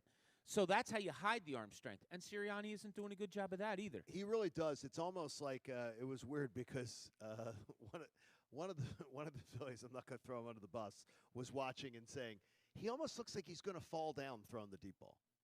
Yeah, it's a lot of body into it. He has to put so much of his body into it. You remember but he got it there. Yeah, remember when you were a little kid and it was like, try to throw it as hard as you can, and every part of your body moved before your arm did. You know, like your head's going all over, and you're like winding everything up to get rid of the ball. That is almost like what Jalen Hurts looks like when he has to throw it more than 30 yards. Okay, we are the show of accountability. And on Friday, here is what I had to say about what I thought was going to happen in Carolina. I expect this to be the toughest defensive test yet for Jalen Hurts in 2021. The defense will play much better. The offense is going to play well, too, but I think they'll fall short. Give me a 23-17 Panthers victory, but I believe many more positive storylines than we've had the last few weeks to soften the blow. That's not true! No, that's not true. Well, no, it's not true. You called it for Hurts, and it was a tough defensive game for him, so we'll give you that. And I thought that would be, but the offense did not play well. The offense played putridly, and the commander-in-chief, the head coach, who honestly is a lot more Gilligan than he is, a skipper. I mean, he's just. I almost want to get him a Gilligan hat. but he wouldn't be able to get enough stickers on it. Well, Look, I'll play Mr. Positivity. For as bad as he's been, they are 2-3. Yeah. So if he's learning on the go and picking up 2 out of 5 wins, maybe Yeah. it's something you look forward What to. did Bob think on Friday? I just think this is a defense in disarray. Christian McCaffrey coming back is obviously a huge Potentially. boost. Yeah, if he does. He says Right. he feels real good. So I just don't see this defense really being able to perform much. So I have Carolina winning 30-20. Wow, I'm What an terrible. idiot. I am That wasn't a stupid. good one. No, that was wasn't a bad. good one. Yeah, Neither thanks one for of us really doctoring that, nailed Pat. it. Neither one of us really nailed that one. No. So let's raise the mood a little bit. Hey, by the way, Dan Abrams and his live PD sidekick Sticks. Did you know they're back on a new program? Dan Abrams Live. Weeknights at 8, 7 Central on News Nation. Let's have Pat Egan filling in for Jamie Lynch. Pat's got a reach around. Let's do a reach around of the NFC East. It rubs the lotion on its skin or else it gets the hose again. Hello, gentlemen. Hi, Pat. I'm all lotioned up. I'm ready to go.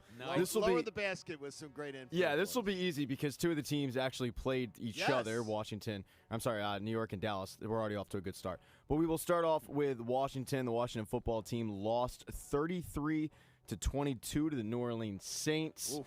Taysom Hill left with a concussion after trying to catch a pass for the Saints, but it didn't end up mattering because Jameis Winston threw for 4 touchdowns, including a Hail Mary.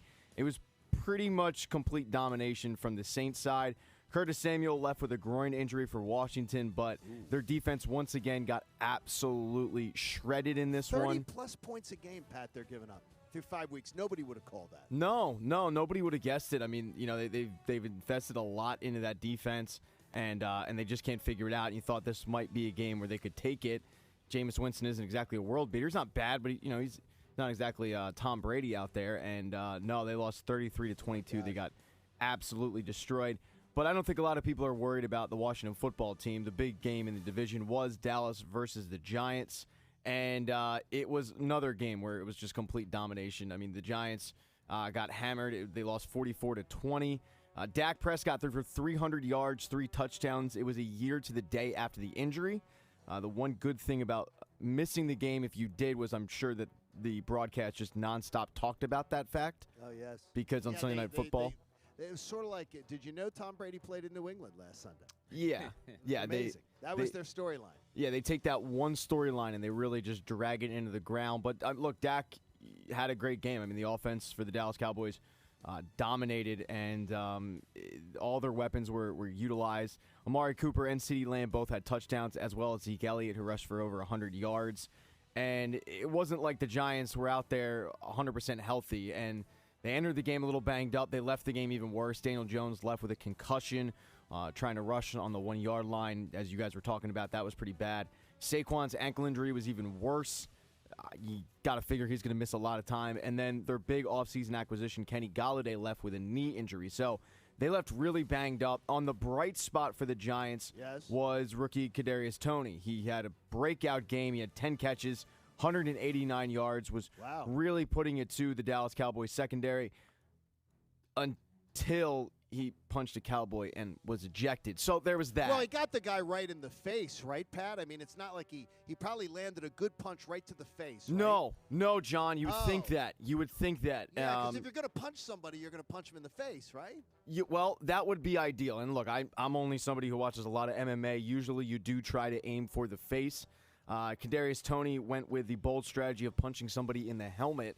That's always a great strategy. Always genius. I guess Joe Judge didn't really practice that. Yeah. But word out of New York is that he has them doing suicides a la Herb Brooks. Okay. So they are they're being run ragged right now after just getting absolutely torched 44-20 in that one. The division right now looks like this. You got Dallas leading the way at 4-1. You figure it's their division to lose.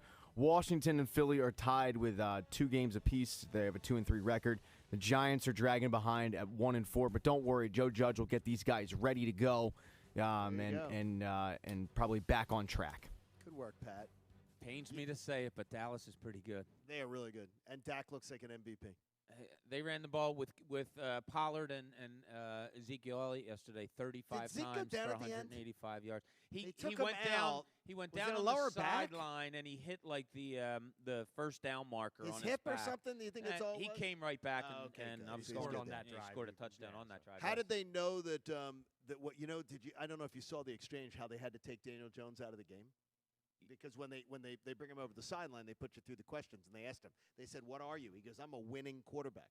And they said, "Put this kid on the bench. Put him in the Wow. team." They had to cart him off the field. That's I mean, how bad it was. He's not. He did not have any clue.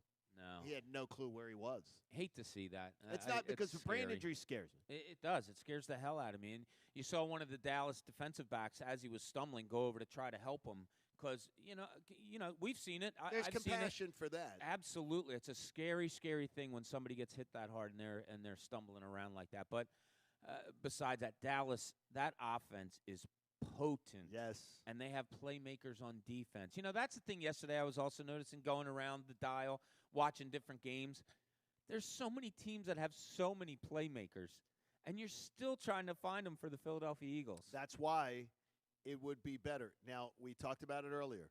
If the meter was either the one side of the meter, if you're just looking at it like a sunrise, was to the far right was Hurts is the man, and to the far left is Hurts isn't the man.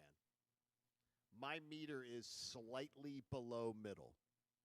Leaning towards he's not the man. Slightly below middle. Yeah, mine's doing that waiver thing. Yes. Where it's like it wants to go to the he's not the guy, and it's kind of leaning towards that way. But that's about where I'm at. Yeah. If you're talking about a 1 to 10, 10 being he's the guy, 1 being he isn't, I'm at about a 4.5 this morning. Yeah, I'm right there with you. Which bums me out though, because I does. want to be able to have 3 picks for the defense. Yeah, because he still has that ability where I don't know about you guys, but I still watch the game and I say, okay, he can still make something happen. It's not like it's putrid. Right. I still sit there on the edge of my seat saying, okay, he might turn this around. He could go off for a 40-yard run. He could throw that deep pass. He could do these things. Again, maybe he can't, and maybe the coach isn't putting him in a place to do so as often as he should. I mean, coach says some days he comes in, he goes, Pat maybe couldn't get on my nerves today. Yeah, and He'll most say times, that. that needle goes full. And Friday, coach was ready to kill Connor. He was ready to kill Connor. He was describing Connor as like dealing with his 9-year-old soccer team. Yeah, I could see that. He was getting on him a little bit on Friday. So It's not we're true. live at Huntington Valley. It's the Darren Dalton I never want to Foundation kill Connor. golf tournament. You did on Hey, Friday. Hi. You did want to kill him on I Friday. think that was Well, I didn't verbatim want what to kill you him. said. You did No, say, no, I no. want to kill him. No, I told him to get the blank Yeah, out of my office today for telling me that he wore tight clothes to the golf outing today. He did. He's like wearing. It looked like it looked like women's yoga pants he's wearing today. The pants are fine. The shirt might be a little Honestly. tight. I said they when he got out of his car, they said, "Ma'am, the Pilates class isn't until 8 a.m." And they were like, "Oh, wait a minute, you have a beard." No, Pilates is So look at Tuesday. that. So that's good. All right, we got a lot coming up for you. Stick around with the John Kincade Show, and we appreciate you every single second of listening. You give the station all day long. On the hot seat is this guy, and he may have even had not a terrible game. It's John Kincade Show on the Fanatic. Window Nation has their fall sale going on right now. The leaves are falling. The temperatures will follow eventually. And right now, you can get a special deal. Buy 4, get 4. Buy 2, get 2. Buy 10, get 10. Get the idea? You buy 2, you get 2 free. No money down, no payments, no interest for 24 months from my friends at Window Nation. I know this. I have no idea what the electrical bills, the heating and cooling bills are going to be in my new home yet, but I know you know what yours were last year. So you're thinking to yourself, I got to save some money this year, right? So you get Window Nation to put in brand new windows in your house. You raise the value of your home because it looks better from the street value. You also then feel better in the house all winter. You feel better in the house next summer when the air conditioning's going on, and you save yourself cash. Your heating and cooling bills go down, you save yourself money, and you're not paying for it for 2 years. Not for 2 years do you have to pay for this. It's a great deal from Window Nation. Do your window shopping online at windownation.com, then call them at 866-90-NATION. 866-90-NATION. Tell them John Kincade sent you. The John Kincade Show. Talking sense into people isn't really my thing. In fact, I'm better at the opposite. On 97.5, The Fanatic, Philadelphia. A look ahead to this weekend. Philly Sports, brought to you by Comcast Business. Bounce forward. The Birds play Thursday night versus Tom Brady and the Bucks. The Sixers are at home versus the Nets tonight at 8. And Friday at 7 versus the Pistons. The Flyers open their regular season Friday at 7 versus Vancouver. Comcast Business. Every day in business is a big day. Let Comcast Business keep you ready for what's next. Learn more at ComcastBusiness.com. Have you heard his attack ads? Phil Murphy's lying about me again. I would too if I had his record. I'm Jack Chittarelli. Phil Murphy's failed us at every turn. He told us he wanted to make New Jersey the California of the East Coast. He wasn't kidding. Phil Murphy increased state spending $11 billion. Are you any better off today than you were 4 years ago? Murphy's about to raise taxes on businesses who barely survived his shutdown, and the rest of the country is lapping us in economic recovery. The lines of motor vehicles are a joke. Crime is raging, with murders and gun violence up 40%. And he tried to ban cops from notifying parents if their kids are caught with drugs or alcohol. Who does that? And while New Jersey has the highest property tax in the nation, Phil Murphy says if taxes are your issue, then we're probably not your state? Come on, Phil. With a record like that, no wonder you want to change the subject. New Jersey can do better. With Jack Chittarelli as governor, we will. Paid for by Chittarelli for Governor, Inc., P.O. Box 427, Somerville, New Jersey. This is Unibet, one of Europe's leading betting apps. And this is Nigel. Hello. Nigel has just been promoted from head of Unibet Europe to head of Unibet US. Nigel doesn't know anything about American sports. QB Scramble. That's some sort of American frittata? Download the app or visit pa.unibet.com. Get $500 risk-free and take advantage of the odds before Nigel figures them out. Unibet. Crazy about the odds. Must be 21 or over to play and physically located in Pennsylvania. Restrictions apply. Gambling problem? Call 1-800-GAMBLER. In business, days don't just come and go. Every day counts. Whatever your day brings, with Comcast Business, you'll have the solutions you need to make the most of it. Like the power of the network that can deliver gig speeds to the most businesses, the freedom to control your network from anywhere, and advanced cybersecurity to help protect every device on it. Every day in business is a big day. We'll keep you ready for what's next.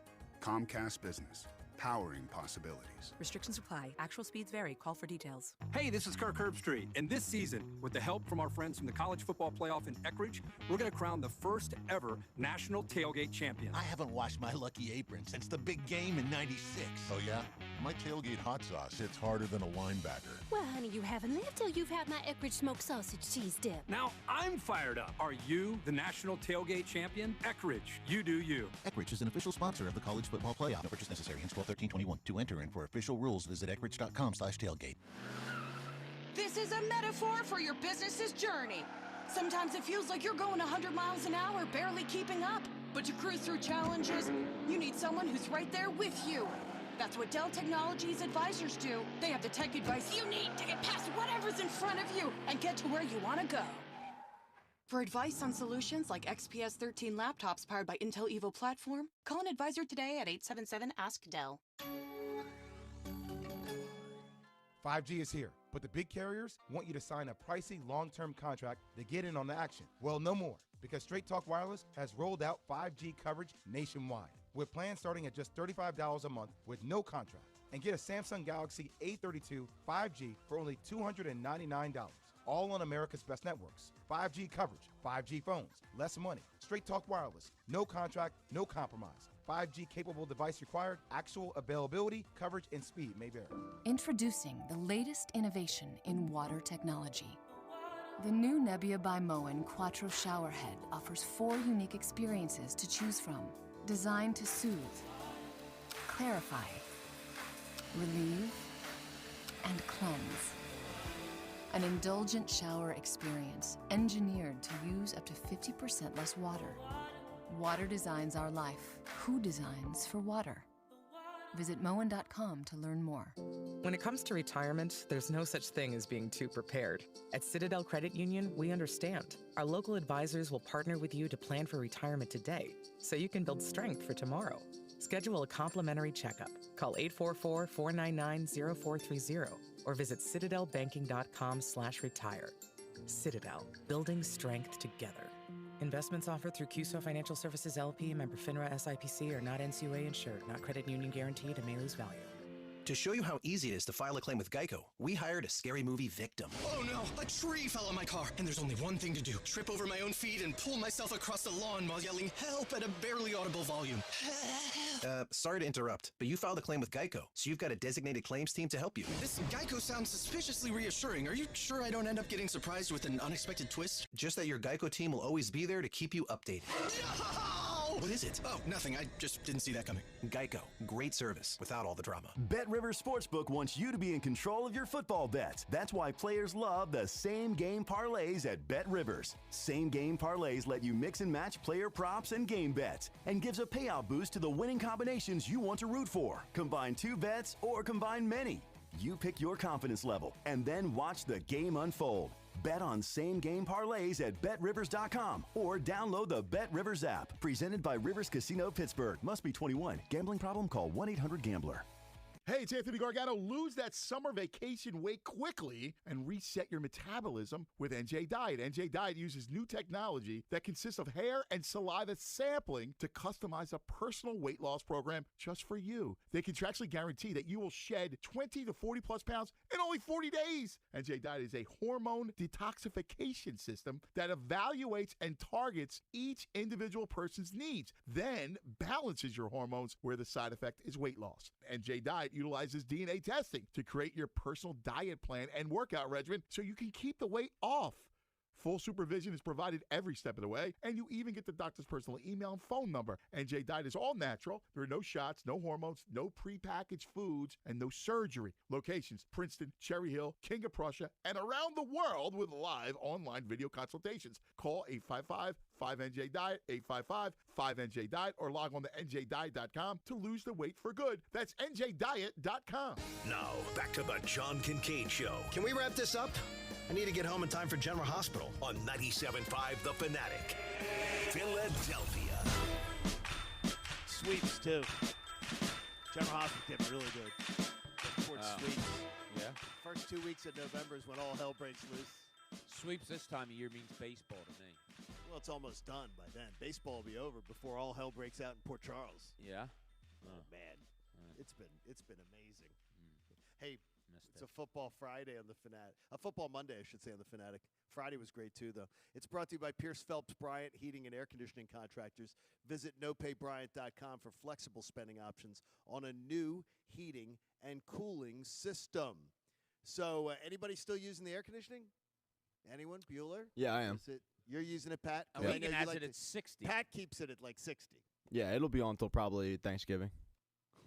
Pat, how does little Jack? Because how does he deal with us? He's like he's on his nose. He's on the bottom bunk.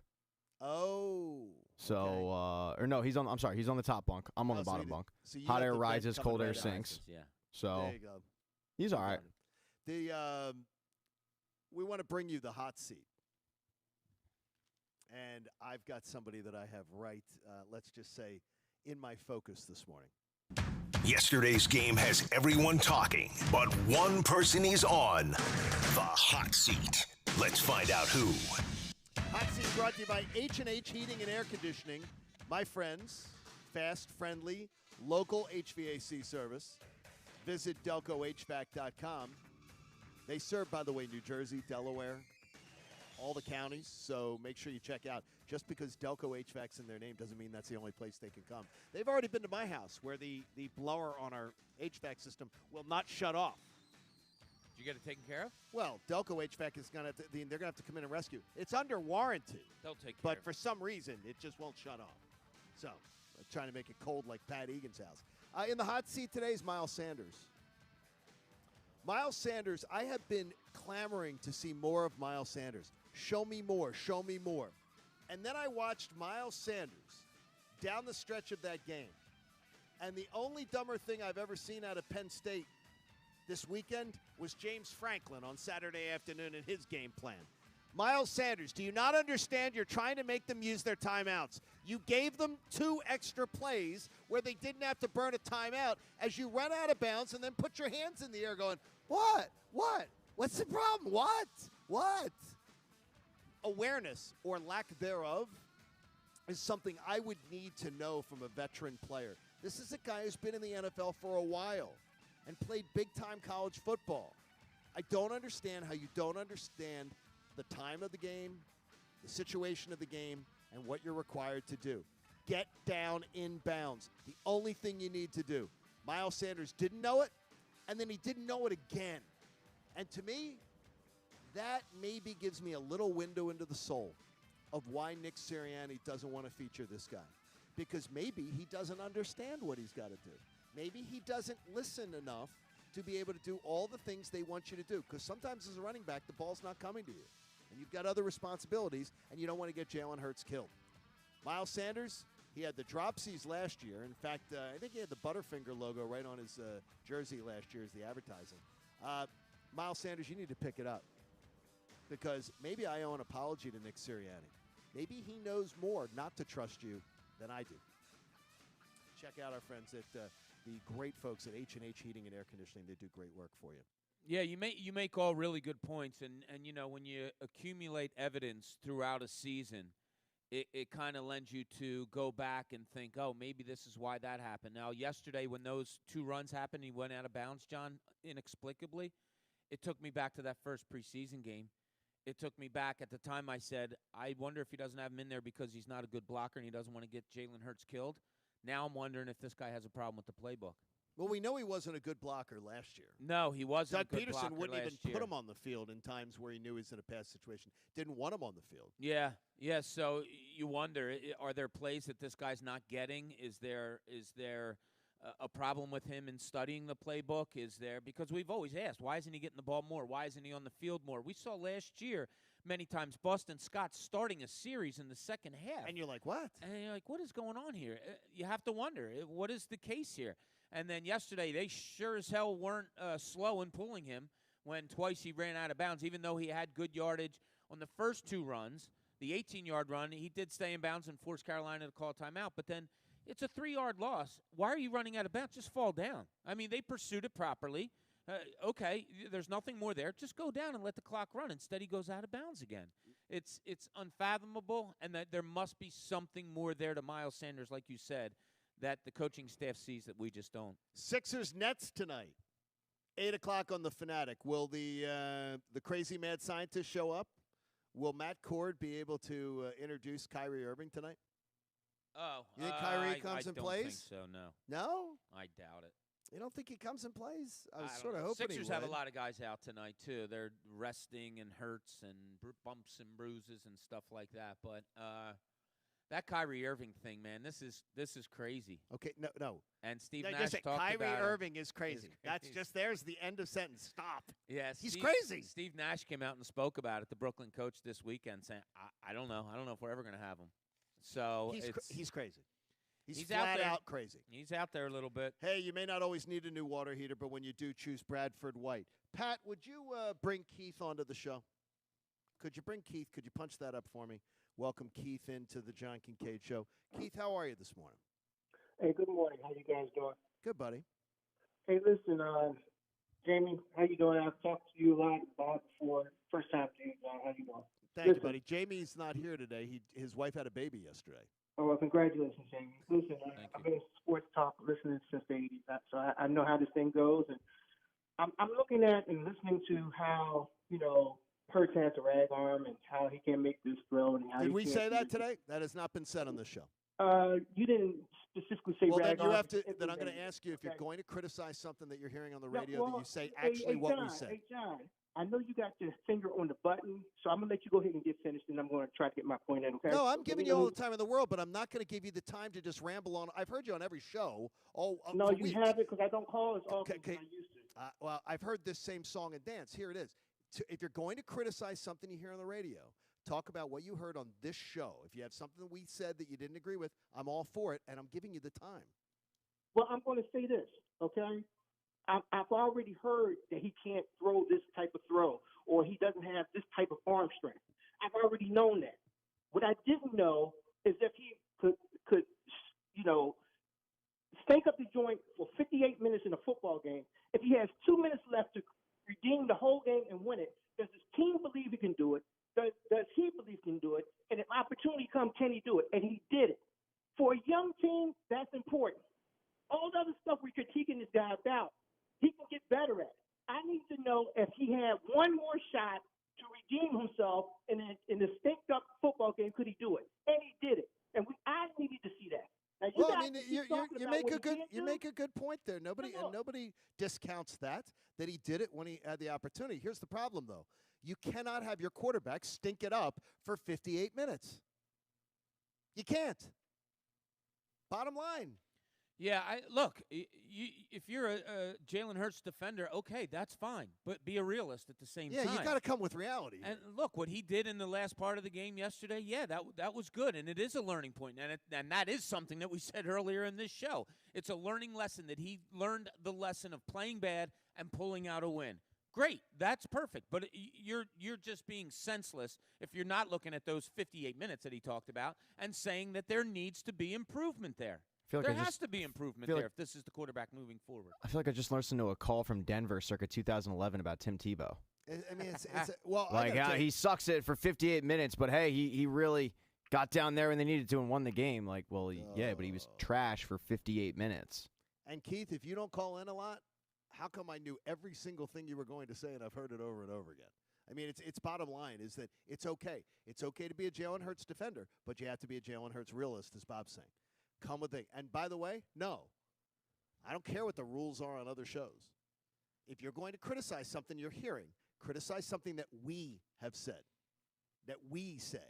I'm not here to defend something that was said on Anthony's show, Mike's show, or any other show that you call into. That's just sort of how we roll. Let's check out some of the Juror audio. It's the John Kincade Show's inaugural Birds Jury of 12. Now, let's head to the courtroom. All right, we'll kick it off. We'll kick off the second batch of juror calls with Bob's juror, Kyle. Hey, guys. It's Kyle, juror number 10. How can you be upset after a Birds win with a mediocre team? But I got to be honest, I'm feeling a little meh. After the first couple series, I thought we were destined to give up 42-plus points again. But you got to give the defense credit for holding to 18 points. Unfortunately, if McCaffrey plays in this game, I think we get our doors blown off. Maybe. Well, they certainly would have. It would have been worse than 15-6. Yeah, I mean, and Hubbard did get them 100 yards on over 20 carries. I mean, is McCaffrey going to do a whole lot more than that? Maybe. He's going to be that threat coming out of the backfield, obviously catching the ball. It's going to put more pressure on the Eagles' linebackers. But I thought Jonathan Gannon did a good job yesterday with the linebackers in rotating them like we talked about. And it was he changed some things up. Yeah. He didn't come with the same old game plan like Nick Sirianni. There you go. All right, let's go to John's juror. We have Allie. Hey, it's Allie, juror 9. So just to start, we have to work on the penalties. I think we were really lucky our turnovers didn't cost us the game. And in the first half, I didn't understand why we weren't going with a more up-tempo offense like we used last week. But it was good to see that the team made some adjustments going into the second half. The defense really stepped up this game. And I thought fourth quarter Hurts performed really well. So all in all, still things to criticize, sure, but I'm actually really proud of this team for pulling it together. Wild ride, but great win. That's good. I mean, it's pride is fun. It's more fun to win than lose. Allie brings up a great point. I just showed it to Connor. It was in my notes. Where the hell was the hurry-up offense yesterday? You're struggling, and it's an offense that has worked well for you. It worked well for you the week before. Correct. The direct week before, it worked well for you. Why are you not going to hurry-up offense a little bit just to get some kind of momentum going, whatever it may be? Nothing. Nick Sirianni's got me puzzled, to say the least. He's baffling to me. Good job, Al. He's back. Good job, Al. That was really, really good. He's completely confounds me. I have my meter, which by the way is people were as Keith was saying are bashing Jalen Hurts this morning. I gave him on a scale of 1. I'm right in the middle. I'm a little below the middle. I've made no opinion. I'm going to give him plenty more games to show what he can do. Sure. Before I make that judgment. But on Nick Sirianni, mine is much more pointing towards he's not prepared. He's got some splaining to do for sure. Oh no, he'll have some catchphrase and he'll be wearing a Flyers hat today and maybe maybe at some point the Philly fanatic will come up behind him and he'll say, look over here. I heard the fanatic might be here today, John. I have a feeling. Or his best friend might be. No, I talked to his best friend last night. Yeah, and his best friend was I think was clear that the Fanatic might be on premises. Ah, nice. Might be on premises today. We have anyone else, Patrick? Yeah, let's go to Mike in Delran, who's Jamie's juror. Second, this is Mike from Delran here, juror number 3, second quarter, 6 minutes left, 3rd and 19, screenplay. Stop with this. It's ridiculous. It's so predictable. Why did the offense become so predictable? When did Doug P come back with the clipboard? This is ridiculous. Listen, I don't expect anything this season. I just expect the team to get better. Go Birds. I love the every one of the jurors has had a sort of a completely different, the same game. Yeah. But all of them go in a different way. Mike's just bluntness, I think, really defines the fan base, though. I think most people were talking like Mike after that game yesterday.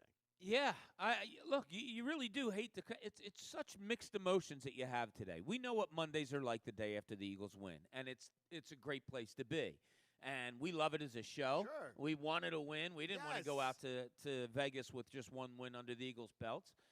So you have the win, and that usually means euphoric Mondays. But this isn't that. And Mike's right. Like an earlier call, Juror, I come out, and that's what it is. It's although you have to be happy with the defense, I think it's overshadowed by what Nick Sirianni and the offense did yesterday and what his game plan was supposed to be. It was 3rd and 20 on the play Mike's talking about, and they ran a screen to Reagor that gained a yard. Nobody was fooled. There's no scheme there. I don't know what in-game adjustments he's making, which is surprising because remember game 1, we were happy against Atlanta that he made the adjustments. Watkins is open. Boom, boom, boom. Threw it 3 straight times. Devontae Smith 4 straight times because they were leaving him open. They started running up the middle, and then they started to go outside. There was just different things that he did offensively. And yesterday he got into this unbelievable rut of what the hell are you doing? In Cooney's corner, there's something about playing against a bad offense. Now, let's see what's in Cooney's corner. Yeah, if this team needed anything yesterday, and it's somebody, I saw somebody say yesterday, it's a must-win game. Or we talked about it last week, must-win game for the Eagles. We're like, must-win for what? To do what? But, you know what? The more I thought about it, and after it happened yesterday, they needed to win for the psyche of this team. Because, as I said earlier, I don't know how Rich Gannon gets his team up again after going 1-4. Or Jonathan Gannon. What did I say? Rich Gannon he's totally it. negligent about that. Yeah. He's worried about the Parks Casino and about doing games. It's bad. But Jonathan Gannon, his defense gets a boost from yesterday. And Fletcher Cox is feeling really good about himself. And even Derek Barnett, because he didn't do anything stupid yesterday. And most of the times when his name was announced, it was for something positive. And you did get playmakers in the secondary. And like I said, I thought that secondary tackled very, very well yesterday. From Epps to Maddox to the 2 guys that I mentioned before. I think the defense and the whole team needed a confidence booster. And going against a bad offense, which I think Carolina is, just a bad, bad offense, that gives that defense a boost that they need going into a game against Tom Brady. Look, do I think they're going to win, lose, whatever? The point is, you needed a boost on this team moving forward to make it easier to go into the locker room, to make it easier to go in a game against Tom Brady, to make it easier for what you have for this upcoming season, and they got just what they needed. I love the fact, though, that you got to take advantage of opportunities when it comes up on your schedule. That's where you have to, I don't expect them to play the same defensive effort against an offense like the Chiefs or an offense like Tampa, but against Carolina, I expected them to be competent. And I expected on Friday, I thought we'd see an improved game from the defense. That's the only thing I pretty much got right, is thinking this defense is going to play improved. But it was mainly because of the fact is I thought they could. Yeah. Because the Carolina Panthers aren't some juggernaut team. And Sam Darnold doesn't have a skill set, a toolbox to go out there and make you look foolish like a Patrick Mahomes or a Tom Brady does. Yeah, and look, Fletcher Cox getting his hand on a quarterback for the first time this year. I know he's been in the league a lot of years, and he's 30 years old, all that. That still reminds you, if you're Fletcher Cox, of how good that feels to do that. So, boom, that's a confidence booster for him. The other guys that I mentioned, getting some picks in the defensive backfield. A confidence goes such a long way, no matter the level of sport. And the Eagles got a lot of confidence yesterday, even though it was a subpar opponent. That's okay. That's good. It's good for Fletcher Cox to feel good. Hargrave, again, was really good. That's a good boost to get on a short week going against the world champions. Do you think it helps when the game starts and the clock starts running on Thursday night? Do you really think there's a lot of tangible benefits, considering how bad they played on the majority of that game, especially offensively? You think they get something out of it going into the Tampa game? I think the defense does, yeah. Defense probably does. Offense, I don't know, but Tampa Bay's offense isn't all that good right now. So is there things they could do? Yeah, but for the whole team, it is a confidence booster. The offense found a way to win the game. They just did. I mean, they played horribly, but they had to score, and they did late in the game. You meant Tampa's defense, right? Yeah, what'd I say? Their offense? Yeah, their offense yeah, is like Tampa's I think offense Tom is had pretty like good. another Yeah, 4 or 5 Tampa's defense is pretty they're it's awful. suspect. They're terrible. Yeah, so you go into the game with a confidence level that you wouldn't have had you lost that game yesterday. So it's going to take a few good plays at least by Tampa, whether it's offensively or defensively, to knock you down a few notches to that doubting your confidence, whereas you could have entered the game doubting your confidence if you had lost yesterday. By the way, everything continues that continued into last week. Nick Sirianni has Jalen Hurts responsible for more plays, percentage of plays than any quarterback in the NFL. Yeah. It makes 0 sense. It makes no sense at all that you're trusting a guy with his lack of experience and you're putting so much on his plate, and he obviously is overwhelmed by it. Yeah. You're not putting him in the best position to succeed. It almost makes me go to the conspiracy theory. Would they prefer he not be the guy? So they're just going to do things to set him up, not set him up to fail, but just set him up so he's never going to look as good as he wants. This is not the offense that Nick Sirianni wants to run. This is an offense that Nick Sirianni told us twice in the offseason he had to go learn to cater to Jalen Hurts. I don't think a guy wants to do that as a head coach, no matter what anybody tries to tell me. Yeah, I don't think so either, and they failed on a number that I want to see all the time. I want to see Devontae Smith targeted at least 10 times. He was targeted 8 yesterday, 7 catches. Zach Ertz, as you said earlier, John, I think he was targeted 7 times and had 1 catch. It's unbelievable. I mean, something's not right. You kind of alluded to it. I think we're watching the decline of one of the greatest Eagles of all time. Zach Berman joins us at 8:10 today. But how would you like to be the Miami Dolphins? You selected Tua, which I never understood that pick at 5. And Justin Herbert went next pick. Yeah. To the Los Angeles Chargers. Now, did I think Justin Herbert would look this good this early? Absolutely not. So I'm not acting like I'm some guru of it. But I would have taken Justin Herbert 100 times out of 100 over Tua. It's the fairy tale story, too. I mean, at 9 years old, he writes a paper saying he wants to play professional football in Los Angeles. There and it is. Boom, there he is. There he is. He's fun to he watch. He ain't going anywhere either. No. No, he's not going anywhere. All right, we have Zach Berman coming up at 8:10. You don't want to miss Zach. He'll give you the insights and take us a little bit behind the scenes with what's going on. There was an unexpected and fun surprise yesterday. We'll tell you about it next. It's the John Kincade Show. We're live at the Darren Dalton Foundation Golf Tournament today, benefiting his foundation for brain cancer research here on 97.5 The Fanatic. You know, today's vehicles require routine oil changes in order for you to get maximum performance. What you know is that you can trust Meineke. You know the Meineke Car Care Center. They're right in your neighborhood. They're locally owned and independently operated. So these are people that are your neighbors. They're in your community. And right now, you can get a full synthetic oil change at just $59.95, and it comes with a free tire rotation. You get the semi-synthetic oil change for only $29.95. Rely on Meineke for maintenance, brake service, tires, and more. Plus, you can get that free check engine light scan and get 50% off brake pads and shoes right now. You're going to need these before the winter arrives. Go get them right now. 50% off brake pads and shoes. It's a great deal. And sign up for Meineke Rewards, and you can even receive free towing. Check out our friends at Meineke. They're hiring right now. Go to Meineke.com/careers to get more details. Call your local Meineke Center today. You know these people. They're your neighbors. Locally owned and independently operated. Tell them John Kincade sent you in. The John Kincade Show. Wow, getting drunk in the morning. On 97.5 The Fanatic. Philadelphia. The powerful new iPhone 13 Pro is here with the most advanced camera in an iPhone. And T-Mobile is the place to get it. This new cinematic mode turned my travel videos into a filmmaking masterpiece. Get the most out of your new iPhone on America's largest, fastest 5G network. And posting. Whoa, that was fast. And now, you can get iPhone 13 Pro on us with eligible trade-in and plan and upgrade forever. So I can always have a new iPhone? Yep, forever. Lock in the trade-in value of your new iPhone up to $800 every 2 years for your next upgrade. Get iPhone 13 Pro on us right now and upgrade forever. Only at T-Mobile. With Max Plan and on us now via 30 monthly bill credits. For well-qualified buyers plus tax, contact us before canceling service to continue credits on current device or credit stop and balance on a required finance agreement is due. Fastest based on average overall 5G speeds according to Open Signal Awards and USA 5G User Experience Report July 2021. See T-Mobile.com. Have you heard his attack ads? Phil Murphy's lying about me again. I would too if I had his record. I'm Jack Chittarelli. Phil Murphy's failed us at every turn. He told us he wanted to make New Jersey the California of the East Coast. He wasn't kidding.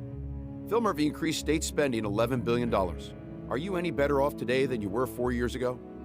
Murphy's about to raise taxes on businesses who barely survived his shutdown, and the rest of the country is lapping us in economic recovery. The lines at motor vehicles are a joke. Crime is raging, with murders and gun violence up 40%. And he tried to ban cops from notifying parents if their kids are caught with drugs or alcohol. Who does that? And while New Jersey has the highest property tax in the nation, Phil Murphy says if taxes are your issue, then we're probably not your state? Come on, Phil.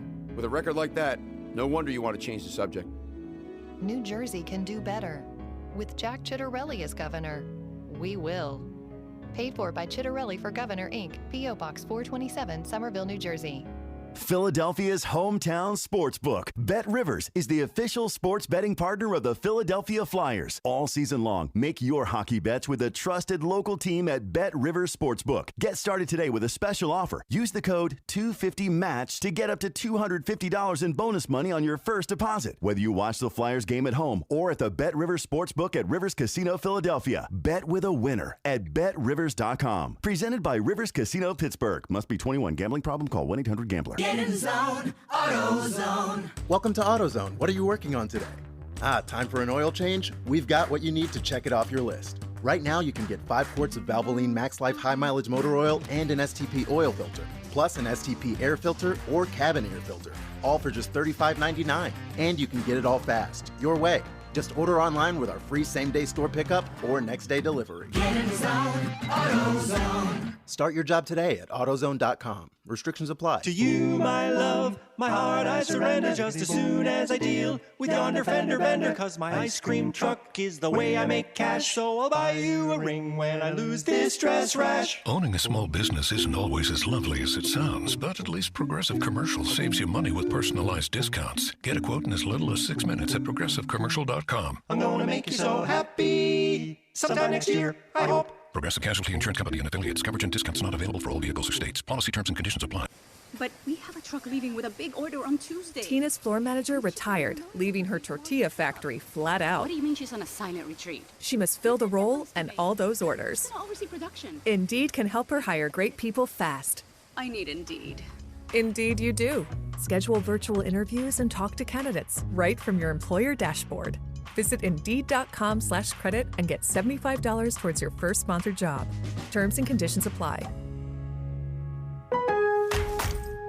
Get stylish, durable flooring for your home that will last a lifetime. And get it installed with help from Lowe's. Get Stainmaster Pet Protect carpet starting at just $199 per square foot. And Pergo Wet Protect laminate starting at $249 per square foot. Both with limited lifetime warranties. Order now, only at Lowe's. Home to any budget, home to any possibility. Install available in-store only and through independent contractors. See Lowe's.com for details and licensing. U.S. only. See Lowe's.com product detail page for more warranty information. 500,000 businesses connect using Zoom. A single platform for video, phone, chat, and conference rooms. Zoom enables real-time collaboration no matter where your teams are. Global enterprises trust the easy-to-use, reliable, and secure Zoom platform to power high-performance teams. Empower your workforce with Zoom. Save 15% on meetings, chat, and phone with a Zoom United bundle. Visit zoom.com/bundle. Zoom, how the world connects. Every drive starts somewhere. For First Trust Bank, our drive started in Philadelphia and continues to this day. As Philly's hometown bank for more than 85 years, we know this city's people. We understand their passions, and we work our tails off to help them reach their goals every day. Because Philadelphia dreams deserve a Philadelphia bank. First Trust Bank, the official bank of the Philadelphia Eagles. Member FDIC.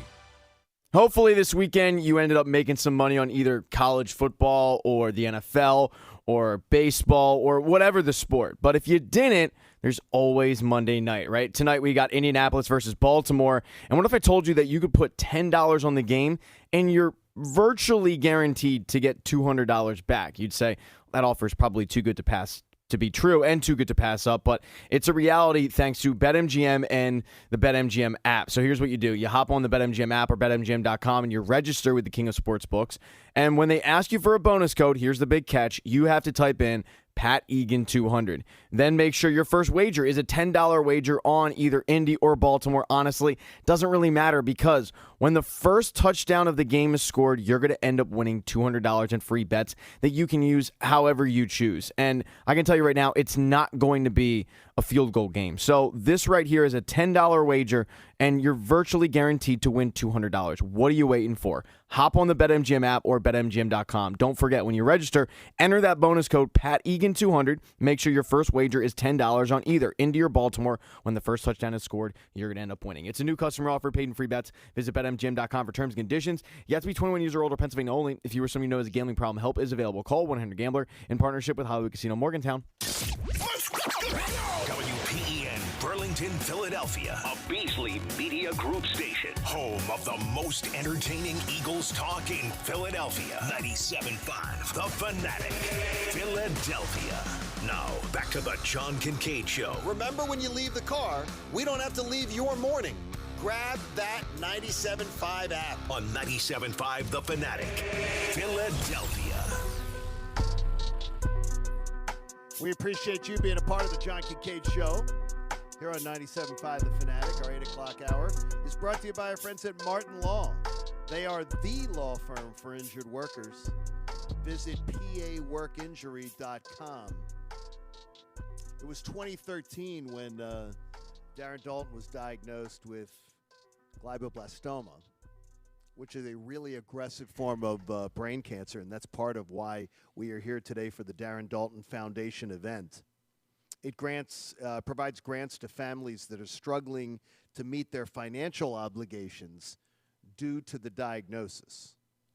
So what Darren realized is that, and when you're a cancer patient, you don't realize this, that a lot of times you have to be taken care of by others, which is a real problem for a lot of people. Some don't want to be taken care of, aren't good at that, but sometimes you need help with being able to get to and from doctor's appointments. You have trouble, you can't work like you used to work. There's financial burdens that come to the family. And that's what Darren Dalton began while he was still a cancer patient, trying to create this to make sure others, because he was in position to be able to pay for everything. Yeah. And it tells you a little window into the soul of who Darren Dalton was, that he thought, well, whatever happens. Yeah, those are special people, the ones that get this terrible diagnosis, and they don't just sit back and take in everything that everybody does for them. They look to do for others, and we know that Darren Dalton did that and did it so wonderfully well, and that's why we're here today, and everybody can't wait to get out here today and you know, make awareness of this and celebrate what a great life he had. Well, as we start this 8 o'clock hour, it was an unexpected and fun surprise. I got to be out in public yesterday seeing a crowded room of Eagles fans celebrating a win, which is always definitely better than the alternative. But people were shaking their heads more of, I can't believe they won that game. Like, where'd that come from? I ask you this today, and be honest, and this is where Bob sort of put it to the caller earlier on in the show, and you can get in with us at 610-632-0975. Do the ends truly justify the means? And I think for a lot of people in life, they do live that way.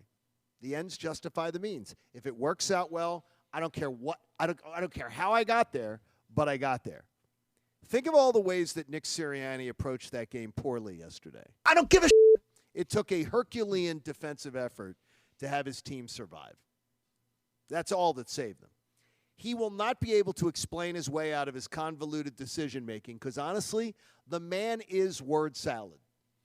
He cannot articulate why he does the things he does and why he ignores the blatant weaknesses of opponents, like the Chiefs who can't stop the run at all, like Dallas who wasn't stopping the run, like, at the time, now you go into the Carolina game, who were getting gashed on the ground, and he just ignores it. Sometimes you bumble your way to a victory, and that's what Nick Sirianni did yesterday. He bumbled his way there. The problem is you can celebrate a win, and you still have to be objective in understanding how damn lucky they were to get it. And I think that's where we start out this morning here on the John Kincade Show.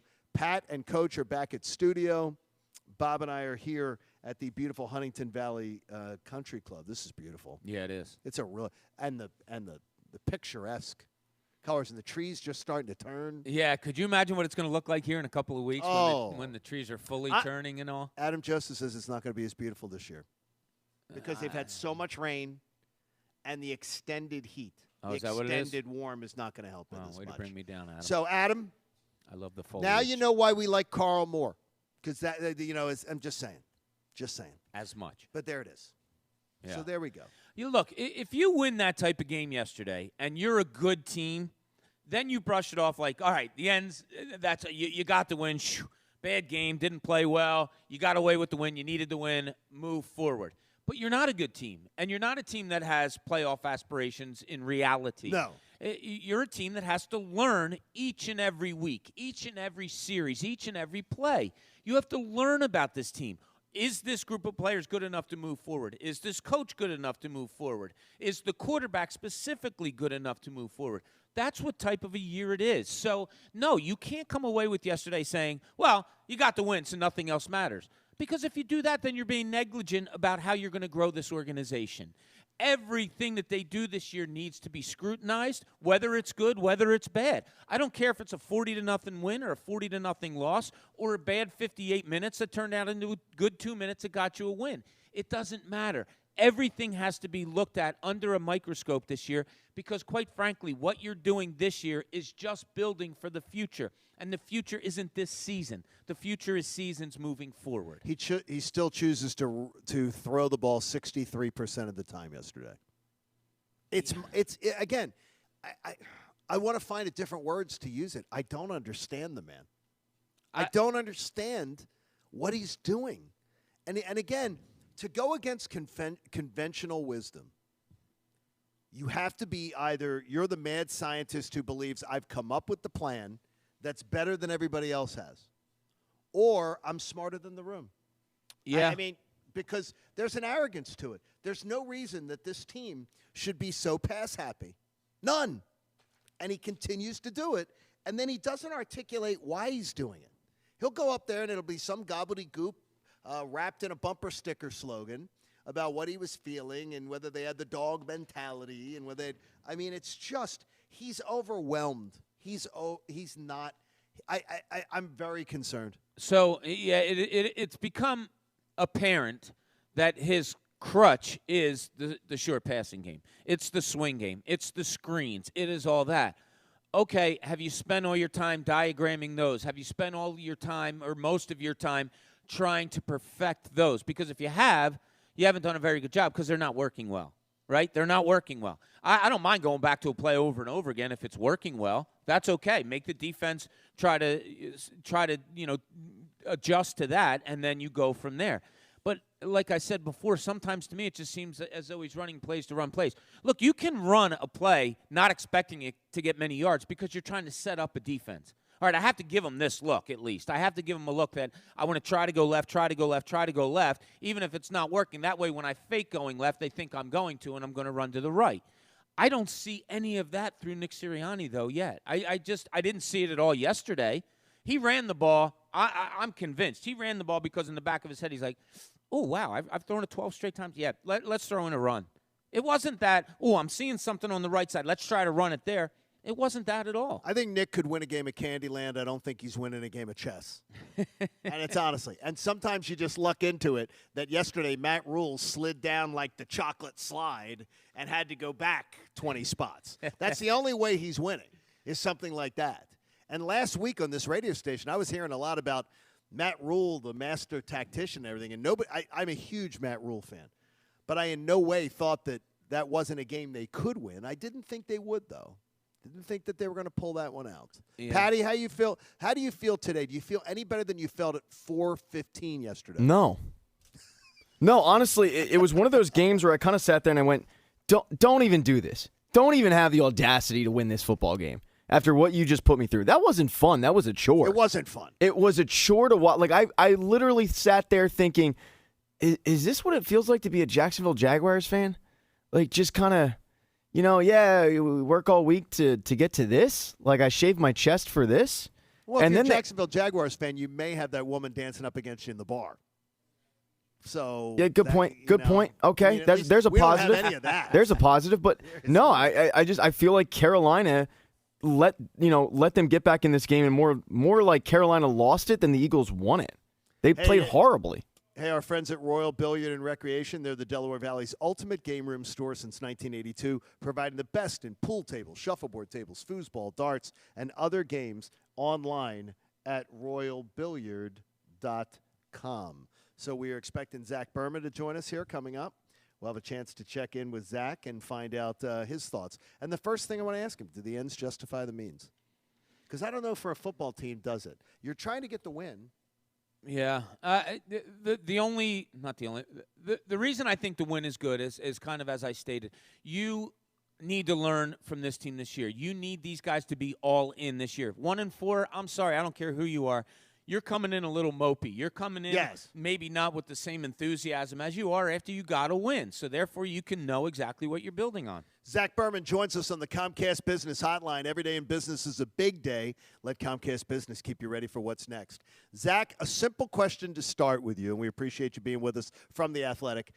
Do the ends justify the means? When you look at got the win, does it justify all they went through to get there? Yes, for sure. I mean, wins, I don't want to sound cliche. Wins are hard to come by as it is, and an ugly win is better than a pretty loss. And frankly speaking, the way they won yesterday was the way I expected them to win this year. I did not think they'd have an explosive offense. I figured that the defense would need to carry them at times this year, and that's what you saw yesterday. So I'm more surprised by the way they won in Week 1 than the way they won in Week 5. Zach, do you know, in your mind, what was Nick Sirianni trying to get out of this offense yesterday? I think he was trying to get some quick, efficient passes, trying to get Miles Sanders into space.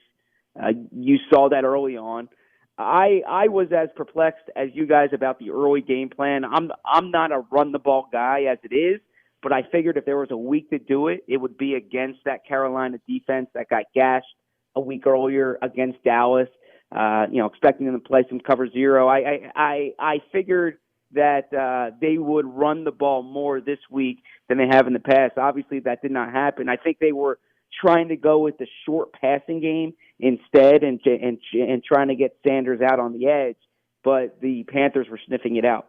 I don't know if the coach is going to tell us today at his presser that the short passing game also counts as runs in his book too, but nothing will surprise me. I got to say, though, Zach, is one of the things that I can't understand is that more plays are being run through Jalen Hurts than any other quarterback in the NFL. Out of 32 teams, he has the most responsibility, most plays being on his shoulders.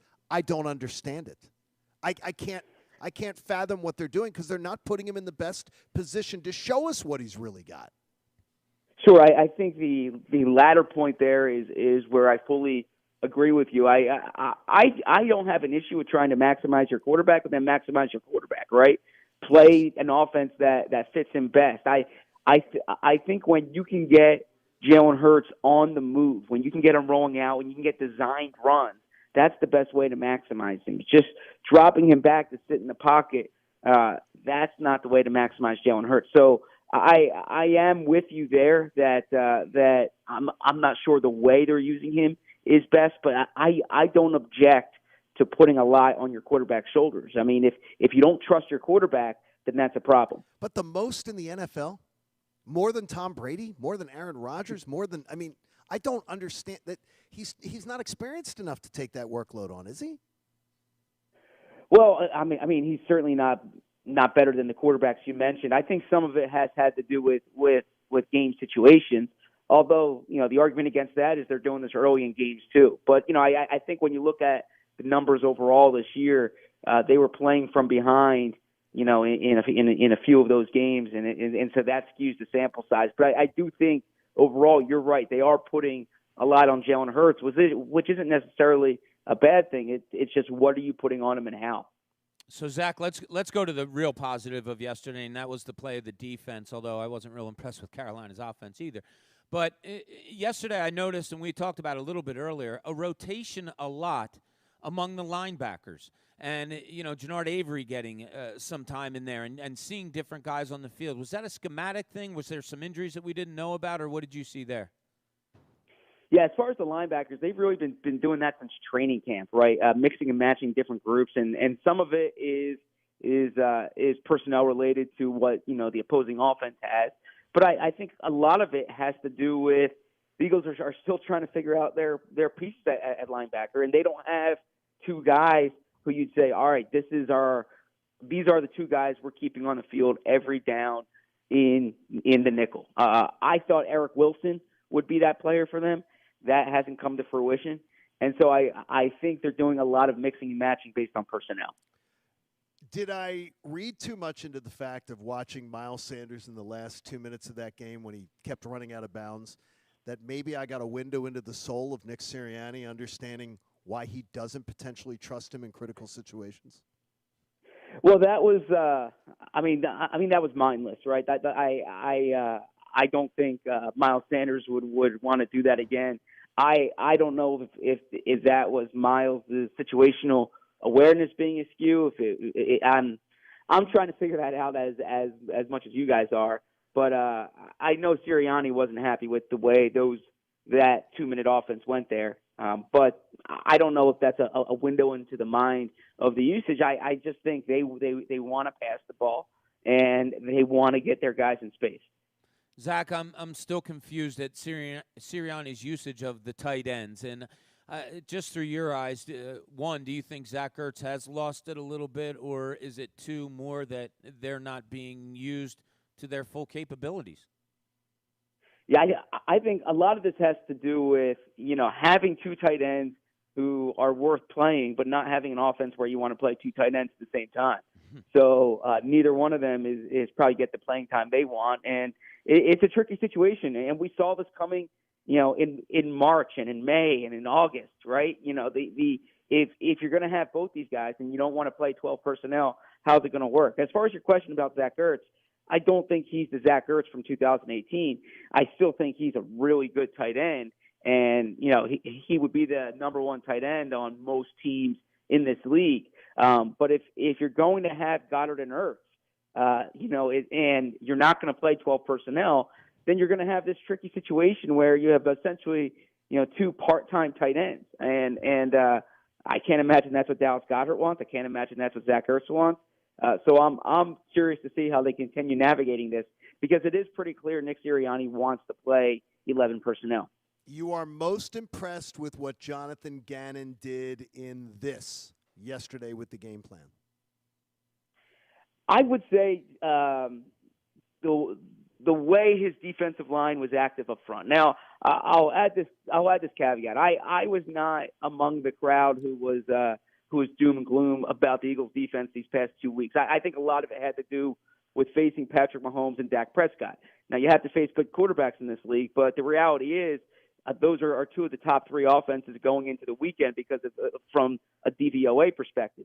When you look at this overall, the Eagles have played 5 games. In 3 of those games, this defense has allowed 3 combined touchdowns. They're going to do this. What they saw yesterday, they're going to do that against middling quarterbacks or less than good quarterbacks. They're not going to do that against top quarterbacks. So Thursday night it's going to be rough, and I imagine Friday morning on the airwaves it's not going to be a strong endorsement for Jonathan Gannon. But then the day after the Jets game, it will be. So I was impressed with the way the defensive line played and controlling the line of scrimmage, but I expected that going into this game. Zach, can the Eagles get any advantage off of a short week going up against Tampa Bay, who obviously had their way again offensively yesterday, or is the mismatch just what it is?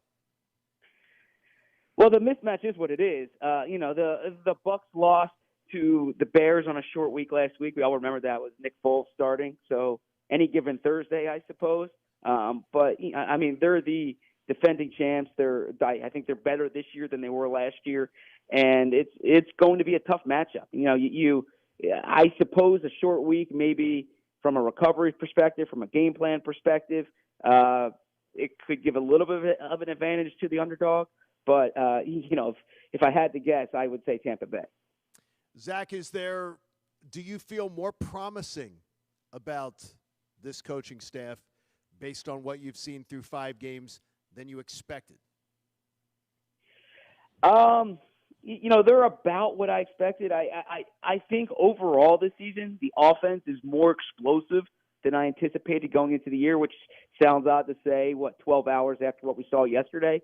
But the way they were able to move the ball in, the Kansas City game, in the Atlanta game, even the San Francisco game, I didn't expect that from them.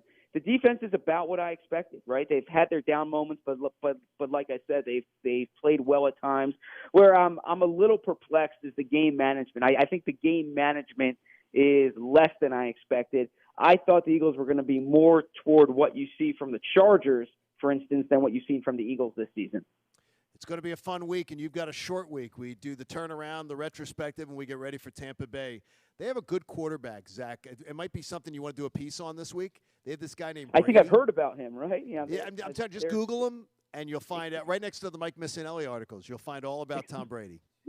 There you go. Good. Thanks for having me on. Zach, look forward to talking to you on Friday morning. Zach Berman of The Athletic. That is a worthwhile investment. Oh, no question. Get The Athletic. Some talented – Bob, that may be the best platform that has come out of the new age of print journalism, even though you don't call it print journalism because it's all electronic. Yeah, right. Unless you print it out. Yeah. Yeah, it is. They're phenomenal. They did a really good job of just plucking the best of the best in certain cases. I love being able to go market to market. Yeah. Oh, yeah, it's great. I mean, bounce around. It is. It's perfect. Whatever you need is right there at your disposal if you get that. Yeah. Should be good. And that is we appreciate Zach being a part of our show. He really does bring a great insights in this situation. While the families of people with brain cancer are trying to figure out how to fight a deadly disease, and I can tell you lose sight of everything when you're fighting cancer. You lose sight of everything. It's not you. A lot of stuff falls through the cracks. And for someone like me, that was terrible because I like to have every single thing in order. And that's one of the things the Darren Dalton Foundation tries to do is to make sure they can help families take the little things off their plate, little worries on a day-to-day basis. And it's great work that they're doing. It is God's work. And the Darren Dalton Foundation receives applications each month requesting support, of which about 12.5% are accepted and supported with an average grant of $2,000. So that's part of the reason we're out here today in the name of Darren and a fantastic work of his foundation. We got a lot coming up for you. Stick around. Plus, if you're on the line, hang on. We will get to your calls. You wanted to jump in. It's a perfect time for you to be able to call us now at 610-632-0975. 610-632-0975. It's the John Kincade Show here on The Fanatic. How long have you lived in your house? I've been in mine for 2 weeks, so I know everything is brand new. What about you? You've been in your house 10 years, 15 years? Okay. Do you know how long your water heater's been in your house? You're about to get acquainted with that water heater in a bad way if you don't know how long it's been there because it's going to break. And you've heard Ron Jaworski tell you about our friends at Bradford White Water Heaters. They are built to be the best. Now, you're not going to go into the big box store and go find yourself a Bradford White water heater for a replacement. They are only available through plumbing and heating professionals. These are the guys you want installing your new Bradford White water heater because they believe in safe, professional installation of their products. That way you're going to get top performance and reliability. That's where you want to be turning. If your water heater has been living in your house longer than you have, that is a red flag, and you need to be checking into it. You may not always need a new water heater, but when you do, choose our friends at Bradford White. The Kincade household, I'm the only person showering, and I'm the only person living in the house right now, and it's beautiful. Choose Bradford White. Learn more and find a local pro today at bradfordwhite.com. The John Kincade Show. Sir, one more outburst, I will strangle you with my microphone wire. You understand me? On 97.5, The Fanatic. Philadelphia. Go to Danny Green. He fires for three in the corner. It's good. Danny Green knocks it down. His 8th three in the game. Sixers Nets tonight at 8 on your home for 76ers basketball. 97.5 The Fanatic. Philadelphia. Hear that? That's the sound of a family of 4, all working away on their devices. See, with Xfinity Internet, they now get Wi-Fi speed faster than a gig to handle all the homework, work, and streaming they throw at it. So no more arguments over who's hogging the Wi-Fi. Shh. Oh, my bad. Xfinity delivers faster Wi-Fi speed to handle a house full of devices. Can your internet do that? Learn more about Wi-Fi speed faster than a gig and other fast speed options. Get started with Xfinity Internet now for only $29.99 a month with a special 2-year rate guarantee and 1-year agreement. Go to Xfinity.com, call 1-800-XFINITY, or visit a store today. Requires paperless billing and autopay. Ends 10/11/21. Restrictions apply. New Performance Pro 200 megabits per second internet customers only. Equipment, taxes, and fees extra and subject to change. After term, regular rates apply. Gig Wi-Fi requires gig internet and X-Fi gateway. Actual speeds vary. Hey, Pennsylvania! With Unibet Sportsbook's Level Up Parlay Booster, you can get unlimited parlay boosts of up to 50%. Sign up today to get $500 risk-free. Build a parlay no one else in Pennsylvania could have thought of. Download the app or visit pa.unibet.com. Unibet Sportsbook. Crazy about the odds. Must be 21 or over to play and physically located in Pennsylvania. Restrictions apply. Gambling problem? Call 1-800-GAMBLER. Hi, I'm Kevin Nolan from Nolan Painting. Come work with us. We're a top place to work year after year. This year we were ranked number 7. We're also the largest family-owned residential painting company in the United States. Our people are our top priority, so we offer them the best pay and benefits. Michael, a Nolan job leader, recently told me, "What I like about my job is I do something different every day." He also said, "I never worked for a company that supported its employees so well." Why don't you apply at nolanpainting.com? With Early Paycheck, you can get your direct deposit up to 2 days earlier. That's another reason banking with Capital One is the easiest decision ever. Even easier than deciding to open the biggest birthday gift first. Happy birthday to you. Which one are you going to open first? The pony. Yep, even easier than that. Plus, with no fees or minimums on checking and savings accounts, is banking with Capital One even a decision? That's banking reimagined. What's in your wallet? See CapitalOne.com/bank for details. No fees or minimums on new consumer accounts. Capital One and member FDIC. Hey, this is Kirk Herbstreit, and this season, with the help from our friends from the College Football Playoff in Eckridge, we're going to crown the first ever national tailgate champion. I haven't washed my lucky apron since the big game in '96. Oh, yeah? My tailgate hot sauce hits harder than a linebacker. Well, honey, you haven't lived till you've had my Eckridge smoked sausage cheese dip. Now I'm fired up. Are you the national tailgate champion? Eckridge, you do you. Eckridge is an official sponsor of the College Football Playoff. No purchase necessary. Hence 12/13/21. To enter and for official rules, visit eckridge.com/tailgate. The sound of you doing is music to our ears. Order on the Home Depot app and get same-day delivery, so you don't have to stop doing when you need something. The Home Depot app. How doers get more done. Get in the zone, AutoZone. Welcome to AutoZone. What are you working on today? So your wipers are streaking? It might be time for a new set. We've got a great deal to help you get the job done and get ready for that rainy fall weather. Right now, you can get a $15 AutoZone gift card when you buy 2 Bosch Envision wiper blades. And we've even got more ways to shop. Just order online with our free same-day store pickup or next-day delivery. Get in the zone, AutoZone. Start your job today at AutoZone.com. Restrictions apply.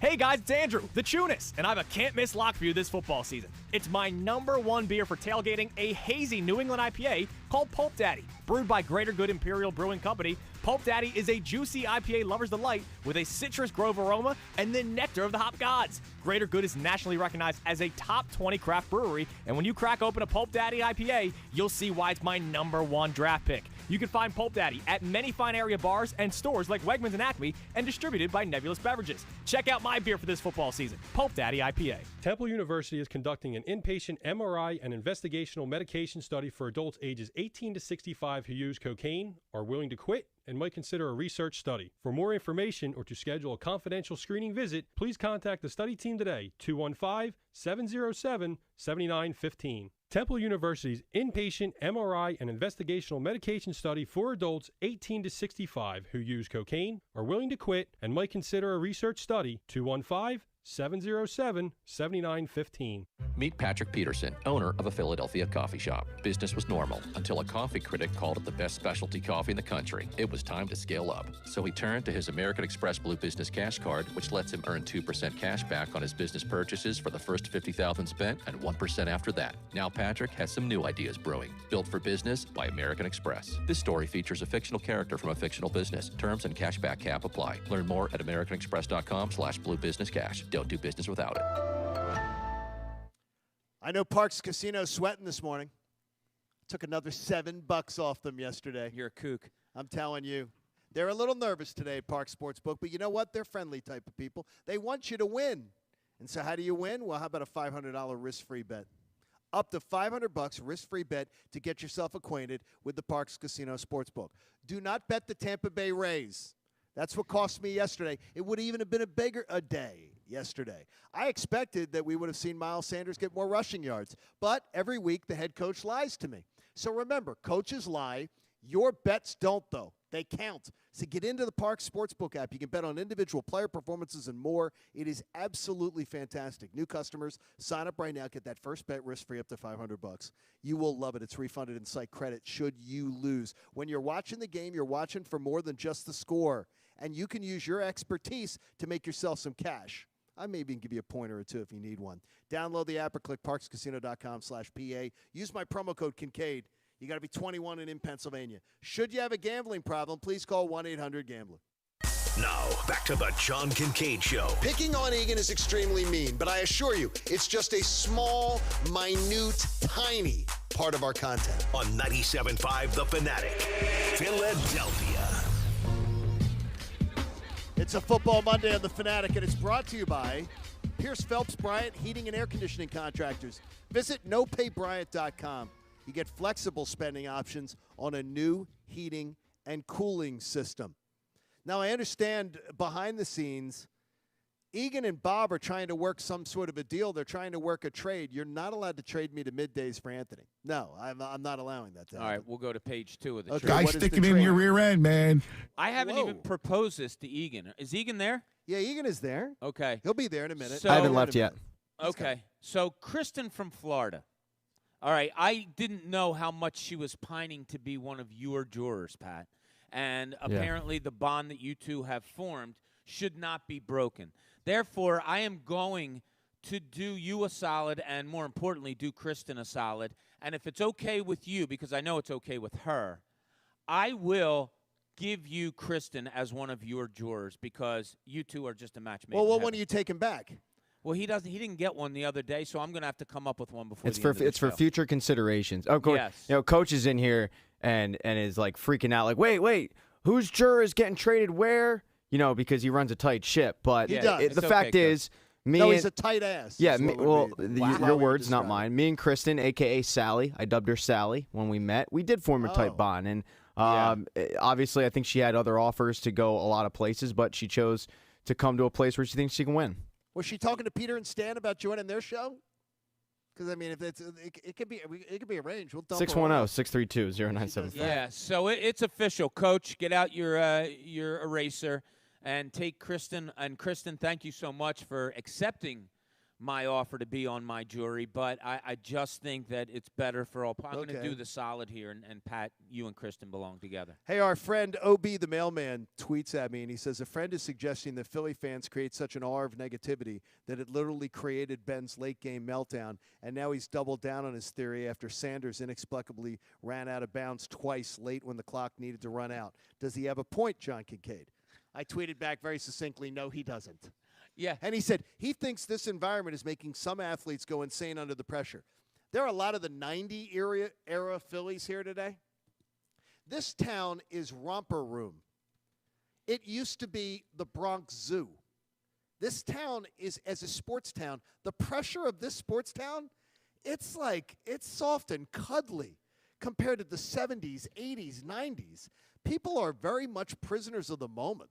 I see more fanboys in the fan base and in the media that just are like, oh, don't criticize Jalen Hurts too much. They won the game. Don't be critical of Jalen. Jalen's our quarterback. Don't be critical of him. We've had great players in this town who were just vilified on a consistent basis. To think that 2021, this is too much of a nasty environment for athletes to succeed in, give me a freaking break. Give me a break. I'm still waiting for Ben Simmons to answer the question of what he's upset about, because I honestly don't know. Oh, my gosh. And if you think that Miles Sanders had in his mind at all yesterday anything about the fans, who all the fans have called for over the last few weeks was, can we get the ball to Miles Sanders Can we get him more support? What are you reaching for here? Like, what are people reaching for here? The inabilities of players on the field, on the court, on the ice. Sorry, 95% of it has to do with the players that are on the field, the ice, or the court. I mean, it's like, please stop with this reach of the fans having so much to do with performances. Troy in Philadelphia has been waiting on the line patiently. Troy, welcome into the John Kincade Show. Good morning. Hey, good morning. Thank you for taking my call. Being a Philadelphia Eagles fan, I'm rooting for Jalen Hurts. In the words of T.O., that's my quarterback. That's my quarterback, man. When I see what he has done, being a second-round quarterback, being second-round drafted, he was only supposed to come here to hold the clipboard until it was time. But then when Carson Wentz choked, he stepped up to the plate. Being under a new regimen, a new coaching era, he has to adapt and adjust to new plans. And then stepping in the way he's did, carrying himself, conducting himself very professional, admitting his faults and his mistakes, and going out there doing what he had to do in spite of the offensive line being the way that it is. Yes, I'm not going to say he's perfect. He has overthrown. He has thrown interceptions. He has missed some people. But you see the growth in what he's doing. Along with the offense, it's going to take time. Okay, wait a minute. I see do. The growth. Wait a minute. Whoa. Just pause for a second. You see the growth is what he's doing. I think yesterday was a regression. Well, I think it was arguably his worst game. Well, it's one game. I understand. Now you're changing the talking points. You're seeing the growth. I'm seeing regression. Okay, well let's go here. Okay, that man took a blindside hit off of the right side of a player that shouldn't even be playing over there, and still went down the field, or still continued to push his team to win. Because, like Mulata said, it was great. The last 2 minutes were great. But you know what? And I appreciate your call. If I sit in a crappy movie, and there's one good chase scene, and the movie sucks, the movie sucks. Well, in the words of Al Davis, what are you going to say? Just win, baby. Oh, well, that's where it just gets crazy. I appreciate it. Thank you, buddy, though. I appreciate your insight. And I understand your point of view. And guess what? I want to be in a different situation. I'm really, really rooting for Jalen Hurts to be the guy, too, because I'm a greedy son of a – and I want 3 first-round draft picks to build the defense. That's why I'm most invested in Jalen Hurts being the guy, is because I want – Jalen Hurts to be the answer so they don't have to go shopping in the offense aisle in the first round. Yeah, I'm all for that. And the just win baby stuff, I hear you. That was the 70s, by the way. When you're a good team, you can say just win, baby, and you can win ugly games, and it's okay.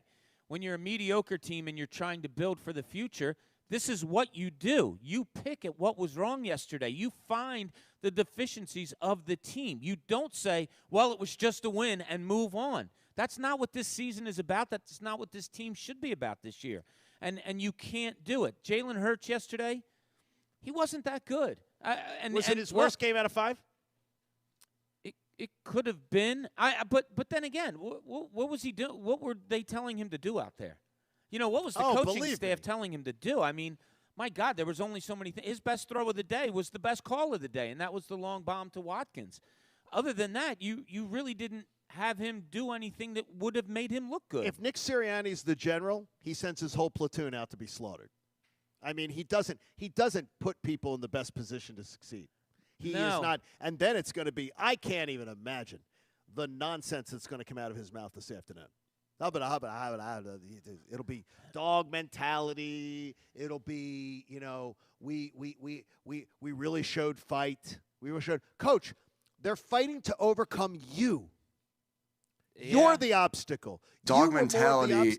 Yeah, exactly. You were more of the obstacle yesterday than Matt Rule. And I don't know what Matt Rule and his bumbling band of fools was doing on their sideline. That game should have been put away in the third quarter, and it should have been over. Yeah, and I said it earlier, and I don't say it lightly at all. I don't, and I'm not that hoagie mouth guy. They won in spite of Nick Sirianni yesterday. They did. They really did, and it was a win because Carolina couldn't get down on a fumble and get a touchdown, and it turned out to be a safety, and they won because they blocked a punt for the first time since 2017. You have to dissect what Jalen Hurts does each and every play if you're going to find out the answer of, is he the quarterback moving forward? And if you don't like it and you're looking at it, hey, they won, what difference does it make? Well, then you're not taking this season the way it needs to be taken. I think Kyrie Irving might be in town, so he might want to listen. Some people think fall's the best time of year. It may also be a great time to consider getting vaccinated against COVID-19. This is brought to you by BioNTech and Pfizer. So, Kyrie, it would be great. I bet your teammates would love to see it. Would love to see it a game. Well, the Earth's flat, and oh my gosh, he just mind-numbingly praises. Let's get to our stressed out emails. Do the birds have you stressed out? Let's find out how stressed. After every game, you go to the contest page on 975thefanatic.com, click on the Hand and Stone logo, submit your most stressful moment of the game or stressful thoughts, and we will help take some of that stress away by picking an entry, reading it on air. That person wins the stress-free gift of a free massage or facial from Hand and Stone Massage and Facial Spa. Sean from Levittown says, Nick Sirianni and the lack of an effective running game. Wait, literally any running game is what's stressing him out. He does not enjoy running the football. He's not committed to it. I'm sorry. You can't be effective when you give the ball to your running backs 11 times. I don't care if those 11 carries go for, 60, if you're averaging 5.5 yards a carry. That's not effective. It's nice, it's good, but it's not effective unless you keep going to it, and he just refuses to do it. Anthony from Longhorn. Now, where's Longhorn? It's in Pennsylvania. I believe it's Langhorn. It's a stone's throw away from Eagleville. I think it's Langhorn. It's also what happens when you write an email at 5 o'clock in the morning, half awake. Pat thought that Anthony was sitting there eating dinner at Longhorn, where really he was probably in Langhorn. Coach Sirianni, the play calls on first down make me scream so loud my entire neighborhood could hear me, and the doors and windows were closed. They must have been some good Window Nation windows, too. Yeah. I mean, it's unbelievable. The whole bar yesterday was annoyed with the play calling. Just hands in the air, griping, screaming. And at the end, everybody was like, wow, they won. Yeah, gosh. It's like 2 weeks ago against the Chiefs, or last week against the Chiefs, when we heard the boos. I think as a group we all agreed that they weren't raining down upon the players as much as they were raining down upon Nick Sirianni. And then yesterday you were with a group of people, I was not, but you saw their reaction again to Nick Sirianni. It's head-scratching. I don't know what's going on here, but it is head-scratching. I like seeing the guys getting involved in this. Sean and Anthony, you both will be winners today from our friends at Hand and Stone Massage. Check out handandstone.com. I saw our buddy Matt Cowper was around. Yes, he's here. He's very heavily involved in this event. He needed to go to Hand and Stone Massage. He was all stressed out last week. He got his, his clothing service that sends him his clothes. Uh-huh. They sent him mediums. And he was pissed. He medium? said, look at this stuff's baggy on me. Yeah. Well, he and Connor were just outside. We were comparing how tight the clothing is. Connor won the tight clothing contest with Mr. With Cowper today. Yeah. That's an upset. It was tight. I don't know. We might have a second. My Parks Casino app said that Cowper's pants were going to be much tighter than Connor's today, so that's an upset. I think Cowper has the pants that come up to your ankles. They don't go all the way down. To Oh, your, no, he's wearing the women's capris today? Yeah, he's wearing the golfing capris? Oh, no, tight, Mikhail Oh, Baryshnikov he's got a good thinks belt, though. doesn't know how he can breathe in those things. Nah, I mean, they he look says- good. They look good on you. That is that's We the say key. it only because we're jealous, Mr. Cowper. We love it. I mean, Cowper's just, and we're very happy. Yeah, We're very happy. he's here. a good man. He does a great job putting this all together and all that he All right, Pat, you're saying there needs to be a wake-up call based on what we saw yesterday. So full disclosure, I wrote this before they actually won the game, but I still think it holds a lot. That's great honesty on your Holds part. a lot of water, though, because that game was annoying, and it just didn't feel like a win at all. Even though they won the game, as people are reminding us, thank you for that reminder, it didn't feel like it. So yesterday, Jalen Reagor had one catch for, I believe, 9 yards, maybe. Wasn't a good game from him. No. Justin Jefferson went off for 100 yards. Now, granted, he was kept out of the end zone, but in their careers, and as I say this, Jalen Reagor's calling, in their careers, Justin Jefferson has 1,862 yards, 10 touchdowns. Do you guys want to take a wild guess how much Jalen Reagor has? I'll say 300 yards and 2 touchdowns. No, he's got like 550 yards. 500, really close. 536 yards, 2 touchdowns. J.J. Arcega-Whiteside played all of 4 snaps on offense. I mean, this team has been built by a guy that doesn't know what the hell he's doing. And right down to the quarterback, I know a lot of people are saying the jury's still out on Jalen Hurts. He didn't look good to me at all. So I'm sitting there going, okay, they're probably going to lose this game. They ended up pulling it out, obviously, but they're going to have these 3 first-round picks. 2 of them are probably going to be in the top 10, you'd hope, possibly 3 in the top 10. This needs to be a wake-up call that Howie Roseman cannot be the guy taking this team forward because they don't have a lot of keepers on this team, especially on offense. You basically have Devontae Smith. You have Jordan Mailata. You might have Miles Sanders, but they don't use them. Defense-wise, who are your keepers? Like, who are the guys you're going to build a team around? Your defensive line is old. Your linebackers are a disaster. The younger players you won't play. The secondary look better, but they're veterans. So I really hope that this stretch is going to be a wake-up call to the owner that no matter how this season plays out, this guy can't be leading you into the draft. I think that Nick Sirianni may be a reflection of Jeffrey Lurie. Nick Sirianni is obviously extremely confident in being Nick Sirianni because he goes and flies in the face of conventional wisdom. He doesn't give a flip. He's doing things his own way. I think that's how Jeffrey Lurie feels now since that Super Bowl. I'm a football guy. I know what I'm doing. I've won a championship. I know how championship teams are built, and just leave me alone. I've got the resume that says I won a championship. Do you think he has a heavy do you think he is in Nick Sirianni's ear a lot? Yes. So not during games. Nothing like that. Nothing. But as I believe far as, philosophy-wise, Yeah. absolutely. Yeah. Absolutely. I saw a guy in Arthur Blank in Atlanta who hired first-time coaches all the time. He fired Dan Reeves when he bought the franchise because he couldn't take the fact that he had a coach that said, you stick in your owner's box. I'll coach the team. You stay up there. He fires Dan Reeves. He brings in first-time head coaches over and over. Because why?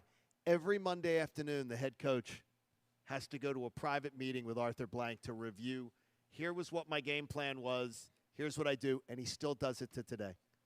He hires coaches that wouldn't, and other coaches would interview for jobs and go, I'm not taking that job. Yeah. I'm not going to do my Monday press conference. Then get in a limo, go to the owner's office, and discuss my game plan and my strategy.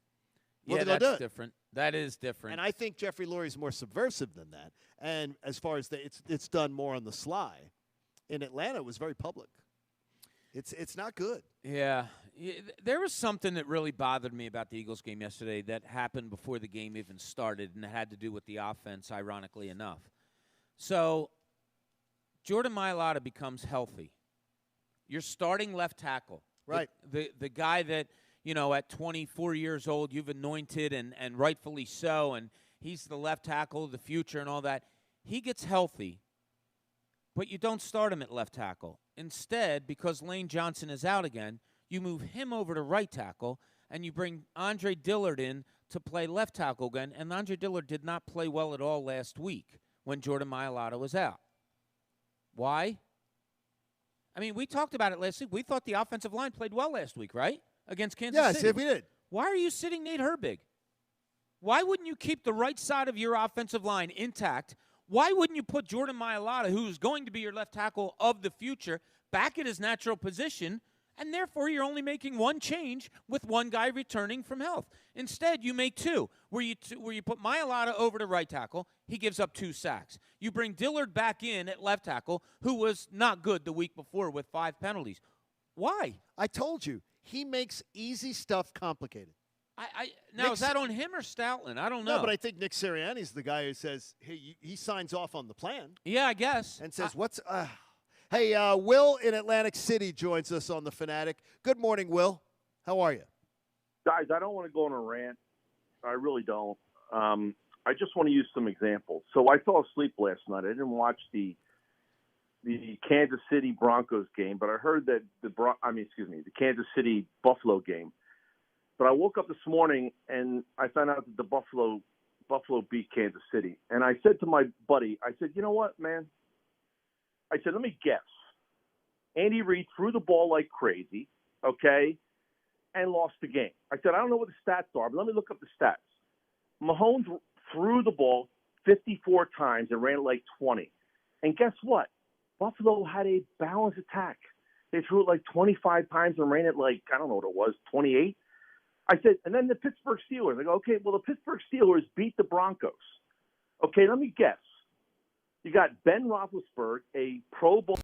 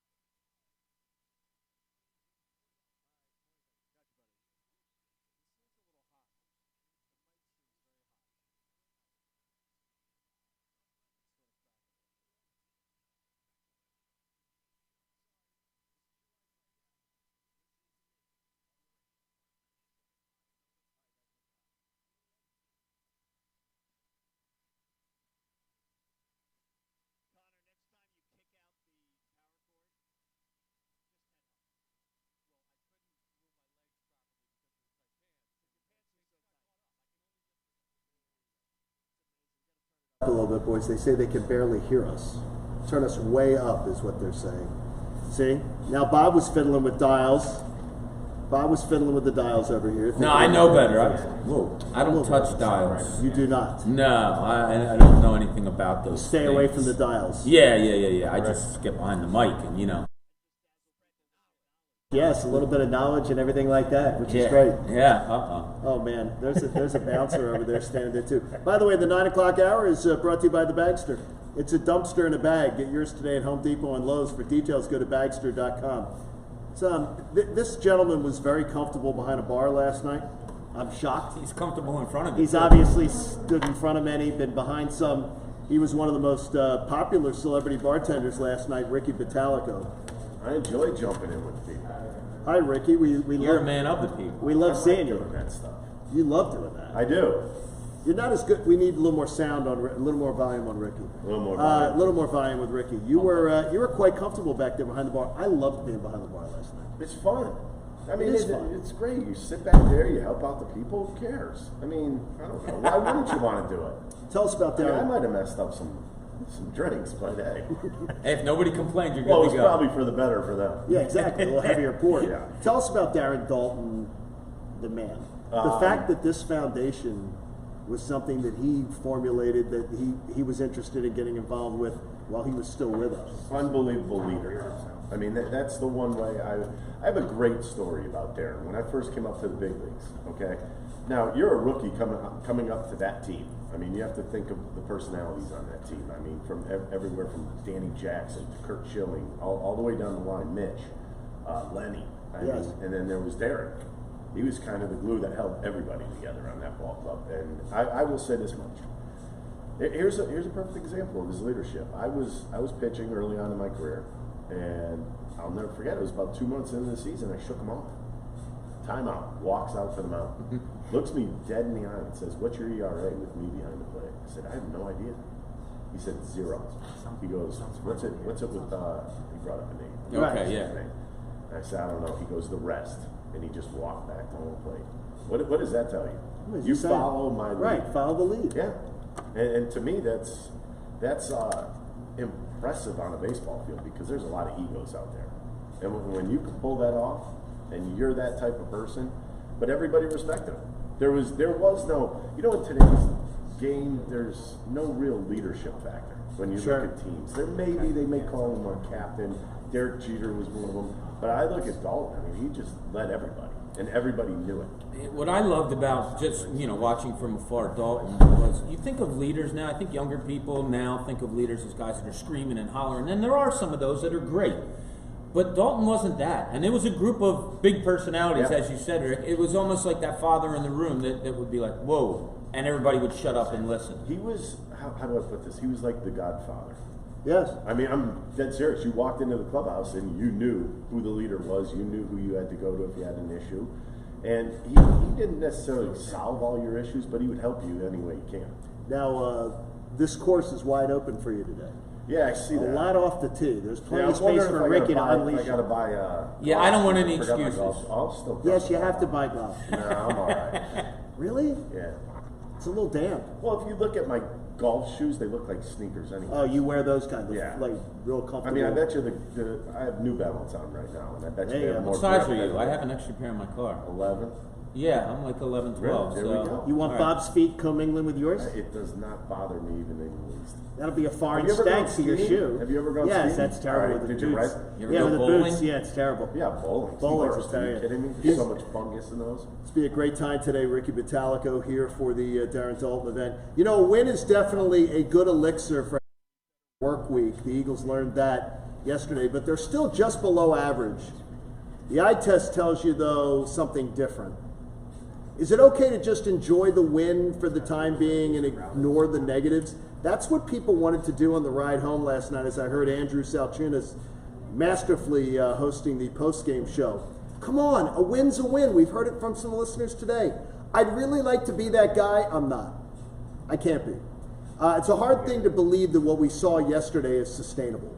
You're not going to find many coaching staffs that handled fortune of a 15-6 lead more poorly than what was handled yesterday in Carolina. You're rarely going to get all those turnovers. You're rarely going to have those things go for you. So, what do we believe are the factors that led to victory yesterday that can easily be repeated? What can easily be repeated? Yes. I don't know. Because I consider that easy. I consider that sustainability. If something is easily repeated, then that's something you'd say as a team, well, they can sustain that. Wait a minute, guys. Do you really want to repeat that game? I watched a lot of it with you, and I know how you felt about it. I thought that game was ugly. I thought there was a lot of bad issues that came up. Yes, it's a win. A win is a win, but is a win good enough when you're trying to build something here? I think isn't that what you're really? And that's what I'm getting at, right? That was not a game that you build off of. I will say this much, and I told you yesterday. I think they have a very legitimate shot Thursday night to win, and it's pretty simple. The Buccaneers are without 5 defensive backs now, and Tom Brady on a short week at his age. At his age? Well, I mean, it could be. I'm just saying, I've seen this team play a lot on Thursday nights, and they don't show up a lot on Thursday nights. I would imagine it's harder for older players to come back after 3 days than it is for a 24 or 5-year-old quarterback in Jalen Hurts. It would be amazing if they could stick around on Thursday night. That would be a feather in the cap. It would be amazing if they played their best game Thursday. It's going to be like I would assume it's going to be like the Chiefs game. Something. Okay, that'd be fine. And I'd be fine with that. I'd be fine as long as they don't shoot themselves in the foot and refuse to run the football. Let me put it this way. Tampa cannot D up defensive back-wise. No, they can't right now. And they're going to eat them alive. It's going to be it has to be a high-scoring game. Here's hoping. And, I mean, that's not good for the Eagles in that if I'm going to take Tom Brady, shootout with Brady. Anybody, I'll take him. But, as Ricky said, in these games, win or lose, you have to take something out of it. And if they get into a high-scoring game, well, then the offense is getting something out of that game. Where yesterday, you really, even though it was a win, you really have to search of what good you took out of it. I mean, you look around the league right now, there's a lot of teams that are beatable. I think that's the one thing, if you're an Eagles fan, that's what you should be thinking, that everybody is beatable at any given day. You look at the Chiefs last night, they got pummeled. Yeah. Although I mean, it's just one and of those things. That did surprise me. Yeah, the Raiders, if I had bet that game, kind of ticked me off. Well, the Raiders. How do you lose a game when the opposing quarterback passes for 111 yards? Isn't that a joke? It's a joke. I wonder if John Gruden. I wonder if John Gruden's lost the locker room. Now that they've. I have to say something about Gruden. He did not win that Super Bowl for the Buccaneers. You've said that before. that was Tony Dungy's team with a different quarterback. Yeah. Tony didn't win it when he had his opportunities, though. Well, if you had Trent Dilfer, you had a tough time winning too. Although he did win it in. He did win it in Baltimore. With the Ravens, but I was at that game. That was just all other. And for those listening out there that are wondering, Ricky Bo is a huge Tampa Bay Buccaneers fan, so he knows about the team probably a lot better than and most you're of saying us you're the one right telling now. us. I told you I'll take the Eagles, didn't I? You did say it for $20. We have a bet. $20, yeah. What's the line on that? He took him straight up. No, I'm he going to took go him 7 straight and a up. half. Straight up? I'm telling you he right took the now, Eagles and I took the Bucks. Look, I'm you're a fan of your team. That's one thing, but I mean, there is reality. This team does not bounce back in 3 days as well as a younger team does. Let's go check out what some of our jurors had to say about yesterday's outing. We have more of those, Pat? Do we have Pat?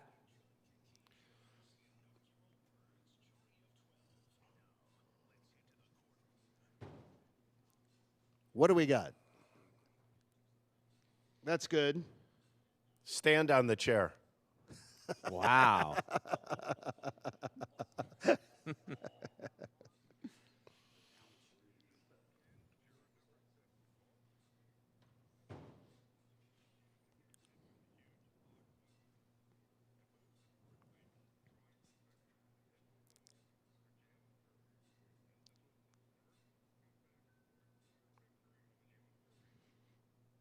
Okay, that's a very positive outlook, and that's fine. That's fine, but that was a very different outlook than any of the other jurors have come with.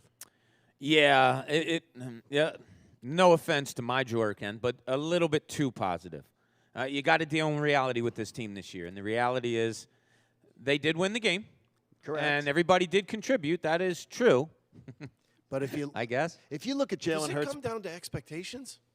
It may. Going in, I'm talking about. Yes, I think that's fair. I think it's fair that it comes down to that. Because are you getting not different perspectives all day? Well, what's funny is that all of our jurors have had a very different thing that they've taken away. We've had 7 now, and there's been a different angle on every one. Let's hear another. Unbeknownst to the other, absolutely.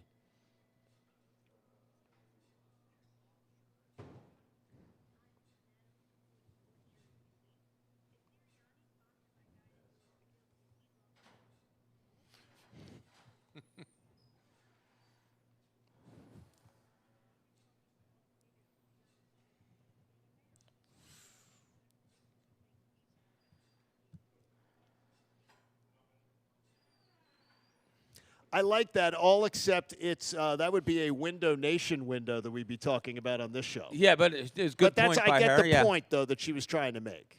And Natalie's the one that I was going to trade to Pat, not Kristen, so I apologize. Natalie's the one. So now you're into women trading, the two of you. I don't know. We're going to work it out tomorrow when we're all in Sounds studio. like you should It's be on much Urban easier Meyer's that way. staff.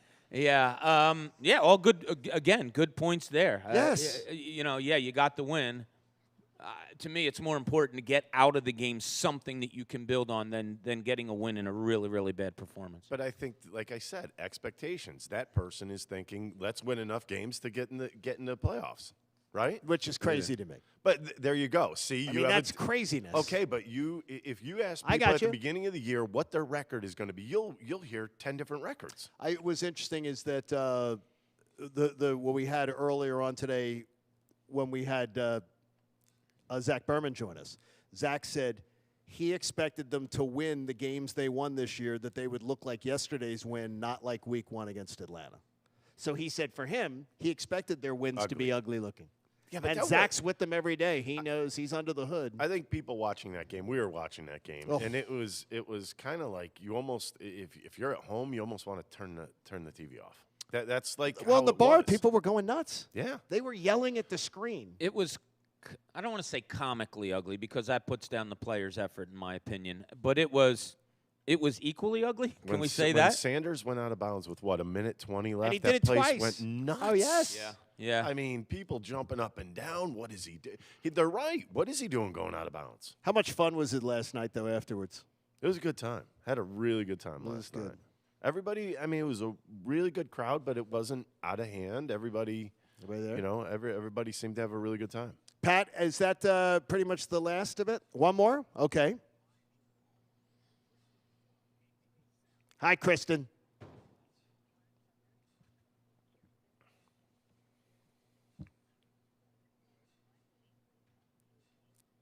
Dr. Cox, congratulations. We can now remove your face from the milk carton.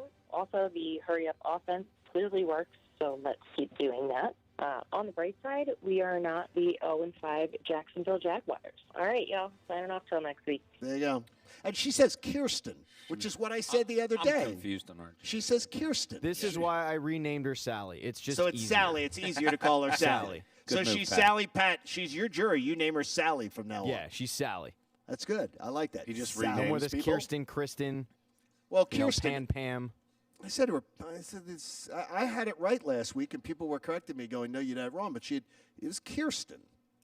Yeah. There it is. So now Like she's Dunst. Sally. So now she's Sally. There you go. Exactly. So there you go. Whatever works. So she'll be Sally. But so it's a good. You expect a who of the ex-Phillies that are here today? Yeah. Who's the best guy that would be most likely to get in your pocket to take cash off you on a golf course? Probably Tommy Green. He can He's play. Tommy looks like his his son. son. Have you seen his son, this morning. Seth? He's his size. They both could hit a golf ball a long way. And Tommy is a beast, man. Well, this is his forte, man. He plays these things all the time. He must have his money stuffed in a mattress. I mean, he's got because he's playing too much golf if he's this good. Well, he's probably got a lot of equipment because he wins the long drive contest all the time. He's a mountain of a man. Yeah. He is a behemoth. Yeah, he's a big boy. By the way, Dave Hollins yesterday. He's a rock, isn't he? Jeez. Dave Hollins. He actually looked I saw him with a smile on his face yesterday afternoon twice. I was in that locker room in 93 and 94. He was so intense. He was as unfriendly as anyone could ever have been. And the weirdest part is he is one of the And nicest guys you'll ever meet. You've said that over and over again. How fantastic. Yeah, he's unbelievable. Good job. We have a special guest that's going to be joining us, taking a break. Ricky, we love seeing you, buddy. You too. Thank Take you it so easy, much, guys. buddy. Ricky Batalico, just doing a great job here. We'll look forward to it.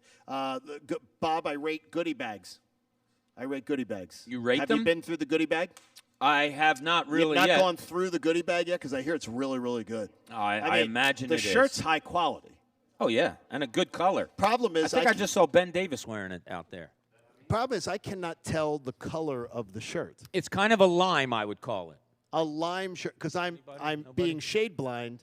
I cannot tell. I'll go with lime. I looked at it and I said it looks like a pale blue, like an Easter egg blue, but you say it's not. Yeah, I look at it and I see like an Easter egg blue. So I'm very interested. It is a bold color choice. I don't know if Brett Datto made that choice of all as he joins us here. You're in charge of all this thing, Brett. Today is your day to be the quarterback of this event, to make sure everybody has a great time and make sure lots of funds are raised for the Darren Dalton Foundation. Well, thank you. I don't know if I'm the only person in charge of it, but thank you. We started this in 2013. It's our 8th annual. We got a real good team in place, so I can't say that I'm in charge of it. I got a lot of people that I would say put me in charge of things. But by the way, speaking of Tommy Green, the first year that we had this outing, 347-yard par 4 dogleg right, put it 2 feet from the flag. Oh my gosh, 2 feet. Now I just wanted you to know that, because if anything does go wrong today, if it's not a pleasant experience, I'm blaming you.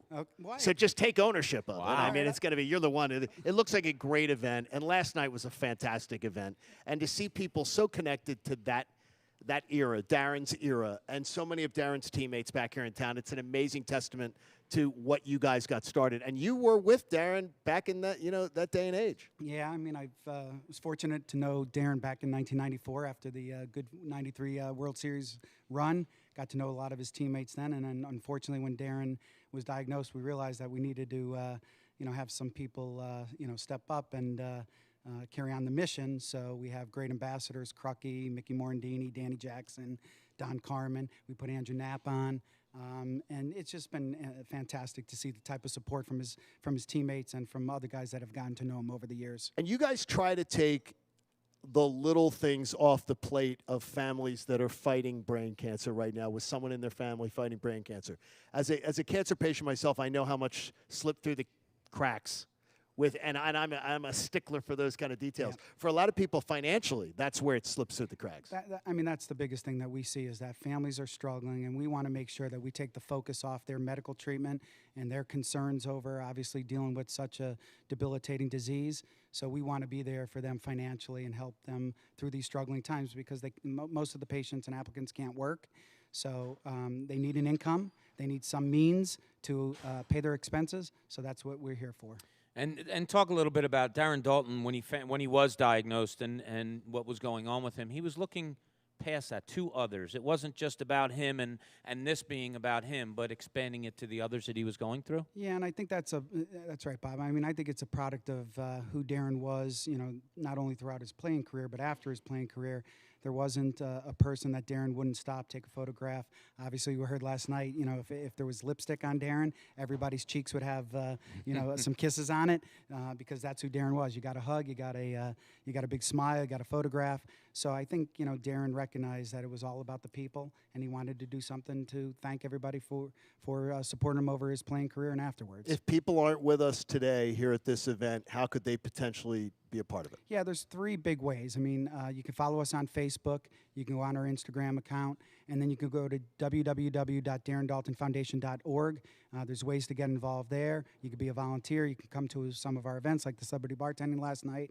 You can come to happy hour today, even though we have 215 golfers today, and we're fortunate enough to have this event sold out. You can come to the happy hour. There's still tickets available for that on our website. So that's the ways that people can help. It is really a spectacular event. Last night was fantastic, too, for a great cause. And, Brett, we appreciate you making time for us this morning. Thank you. And thank you for having us here. 97.5 has been great to us, and we really appreciate the relationship. And, by the way, I put Bones, the Huntingdon Valley legendary caddy, in your foursome today. Nice. How about that? How do you like that? Right. Brett, you're awesome. the man. Good job, Brett. So thank you, guys. I was telling the Thanks, legend buddy. of Bones earlier today. That is awesome. Thank you very much for it. Thanks for having me. Appreciate it. That's Great to be Thanks, here Brett. today. It's amazing, Bob, to think of when you talk about people's impacts, to make the impact after your death. That you're still doing good. You're still doing good works are being done in your name. It's an incredible legacy. It speaks so loudly as to the person you were And he's beloved in our everybody- building. Oh, it's unbelievable. Everybody we have a at poster Fanatic. of Darren with a Yingling in his hand. That's prominently displayed right outside of our studio. So, yeah, it's you've gone through it, John. I have a couple of friends that are going through cancer right now. It is such a tough thing. And all you can do is be there, and that's why we're all here, and hopefully we can do our parts to help those that are dealing with this. I think of my mom and how much, and she's a big Phillies fan, and she loved Darren Dalton. Oh, but I who think didn't? every woman in Philadelphia loved Darren Dalton. You couldn't swing a dead cat without hitting someone that didn't love Darren Dalton, right? Right, Connor? My Why are you mom swinging a dead cat in the first place, Bobby? Yeah, why would you be swinging a dead cat? I mean, that just seems like an odd choice of decision making with your cats. We appreciate it too. And by the way, to our road crew, who today sometimes stuff like that happens. Connor kicks out a cord, we get put off the air. They have to scramble and everything. We have an A+ crew. And even Heavy Chevy coming out with us today to make sure the show's on YouTube. These guys do a great job. And under pressure, very cool. Very cool. Oh, very they follow calm. the leader. You were very cool, no, John. I walked away. No, I walk away. No, that's my key is I walk away because I don't want to be antsy. And so I walk away and let the pros do what they're supposed to do. Maybe Nick Sirianni will do some of that and hire someone to play call for him. It's just a hint, Nick. I'm sure today we'll get more word salad today during the Mike Missinelli show, I think, his press conferences during Mike Missinelli I think it's 2:30ish, and then we'll hit it tomorrow on Speak for Yourself because we're gonna dive deep into Nick Sirianni today. That's deep into the psyche. Nick Sirianni comes on right before General Hospital, and General Hospital is far more realistic. That's what's really crazy. It's amazing. Far more believable and realistic what happens in Port Charles. We got a lot coming up in the final half hour. You don't want to go anywhere, including some good news for Eagle fans other than the win. Plus, Bob says there was something else that really impressed him. We'll get to it, and I'm grabbing a donut. It's the John Kincade Show here on The Fanatic. You know the cold winter is coming. You know that they're predicting a lot of snow and ice and crappy weather all winter long. How's your house going to feel? Is it going to feel toasty warm inside, or are those drafty windows going to keep you uncomfortable the entire winter long?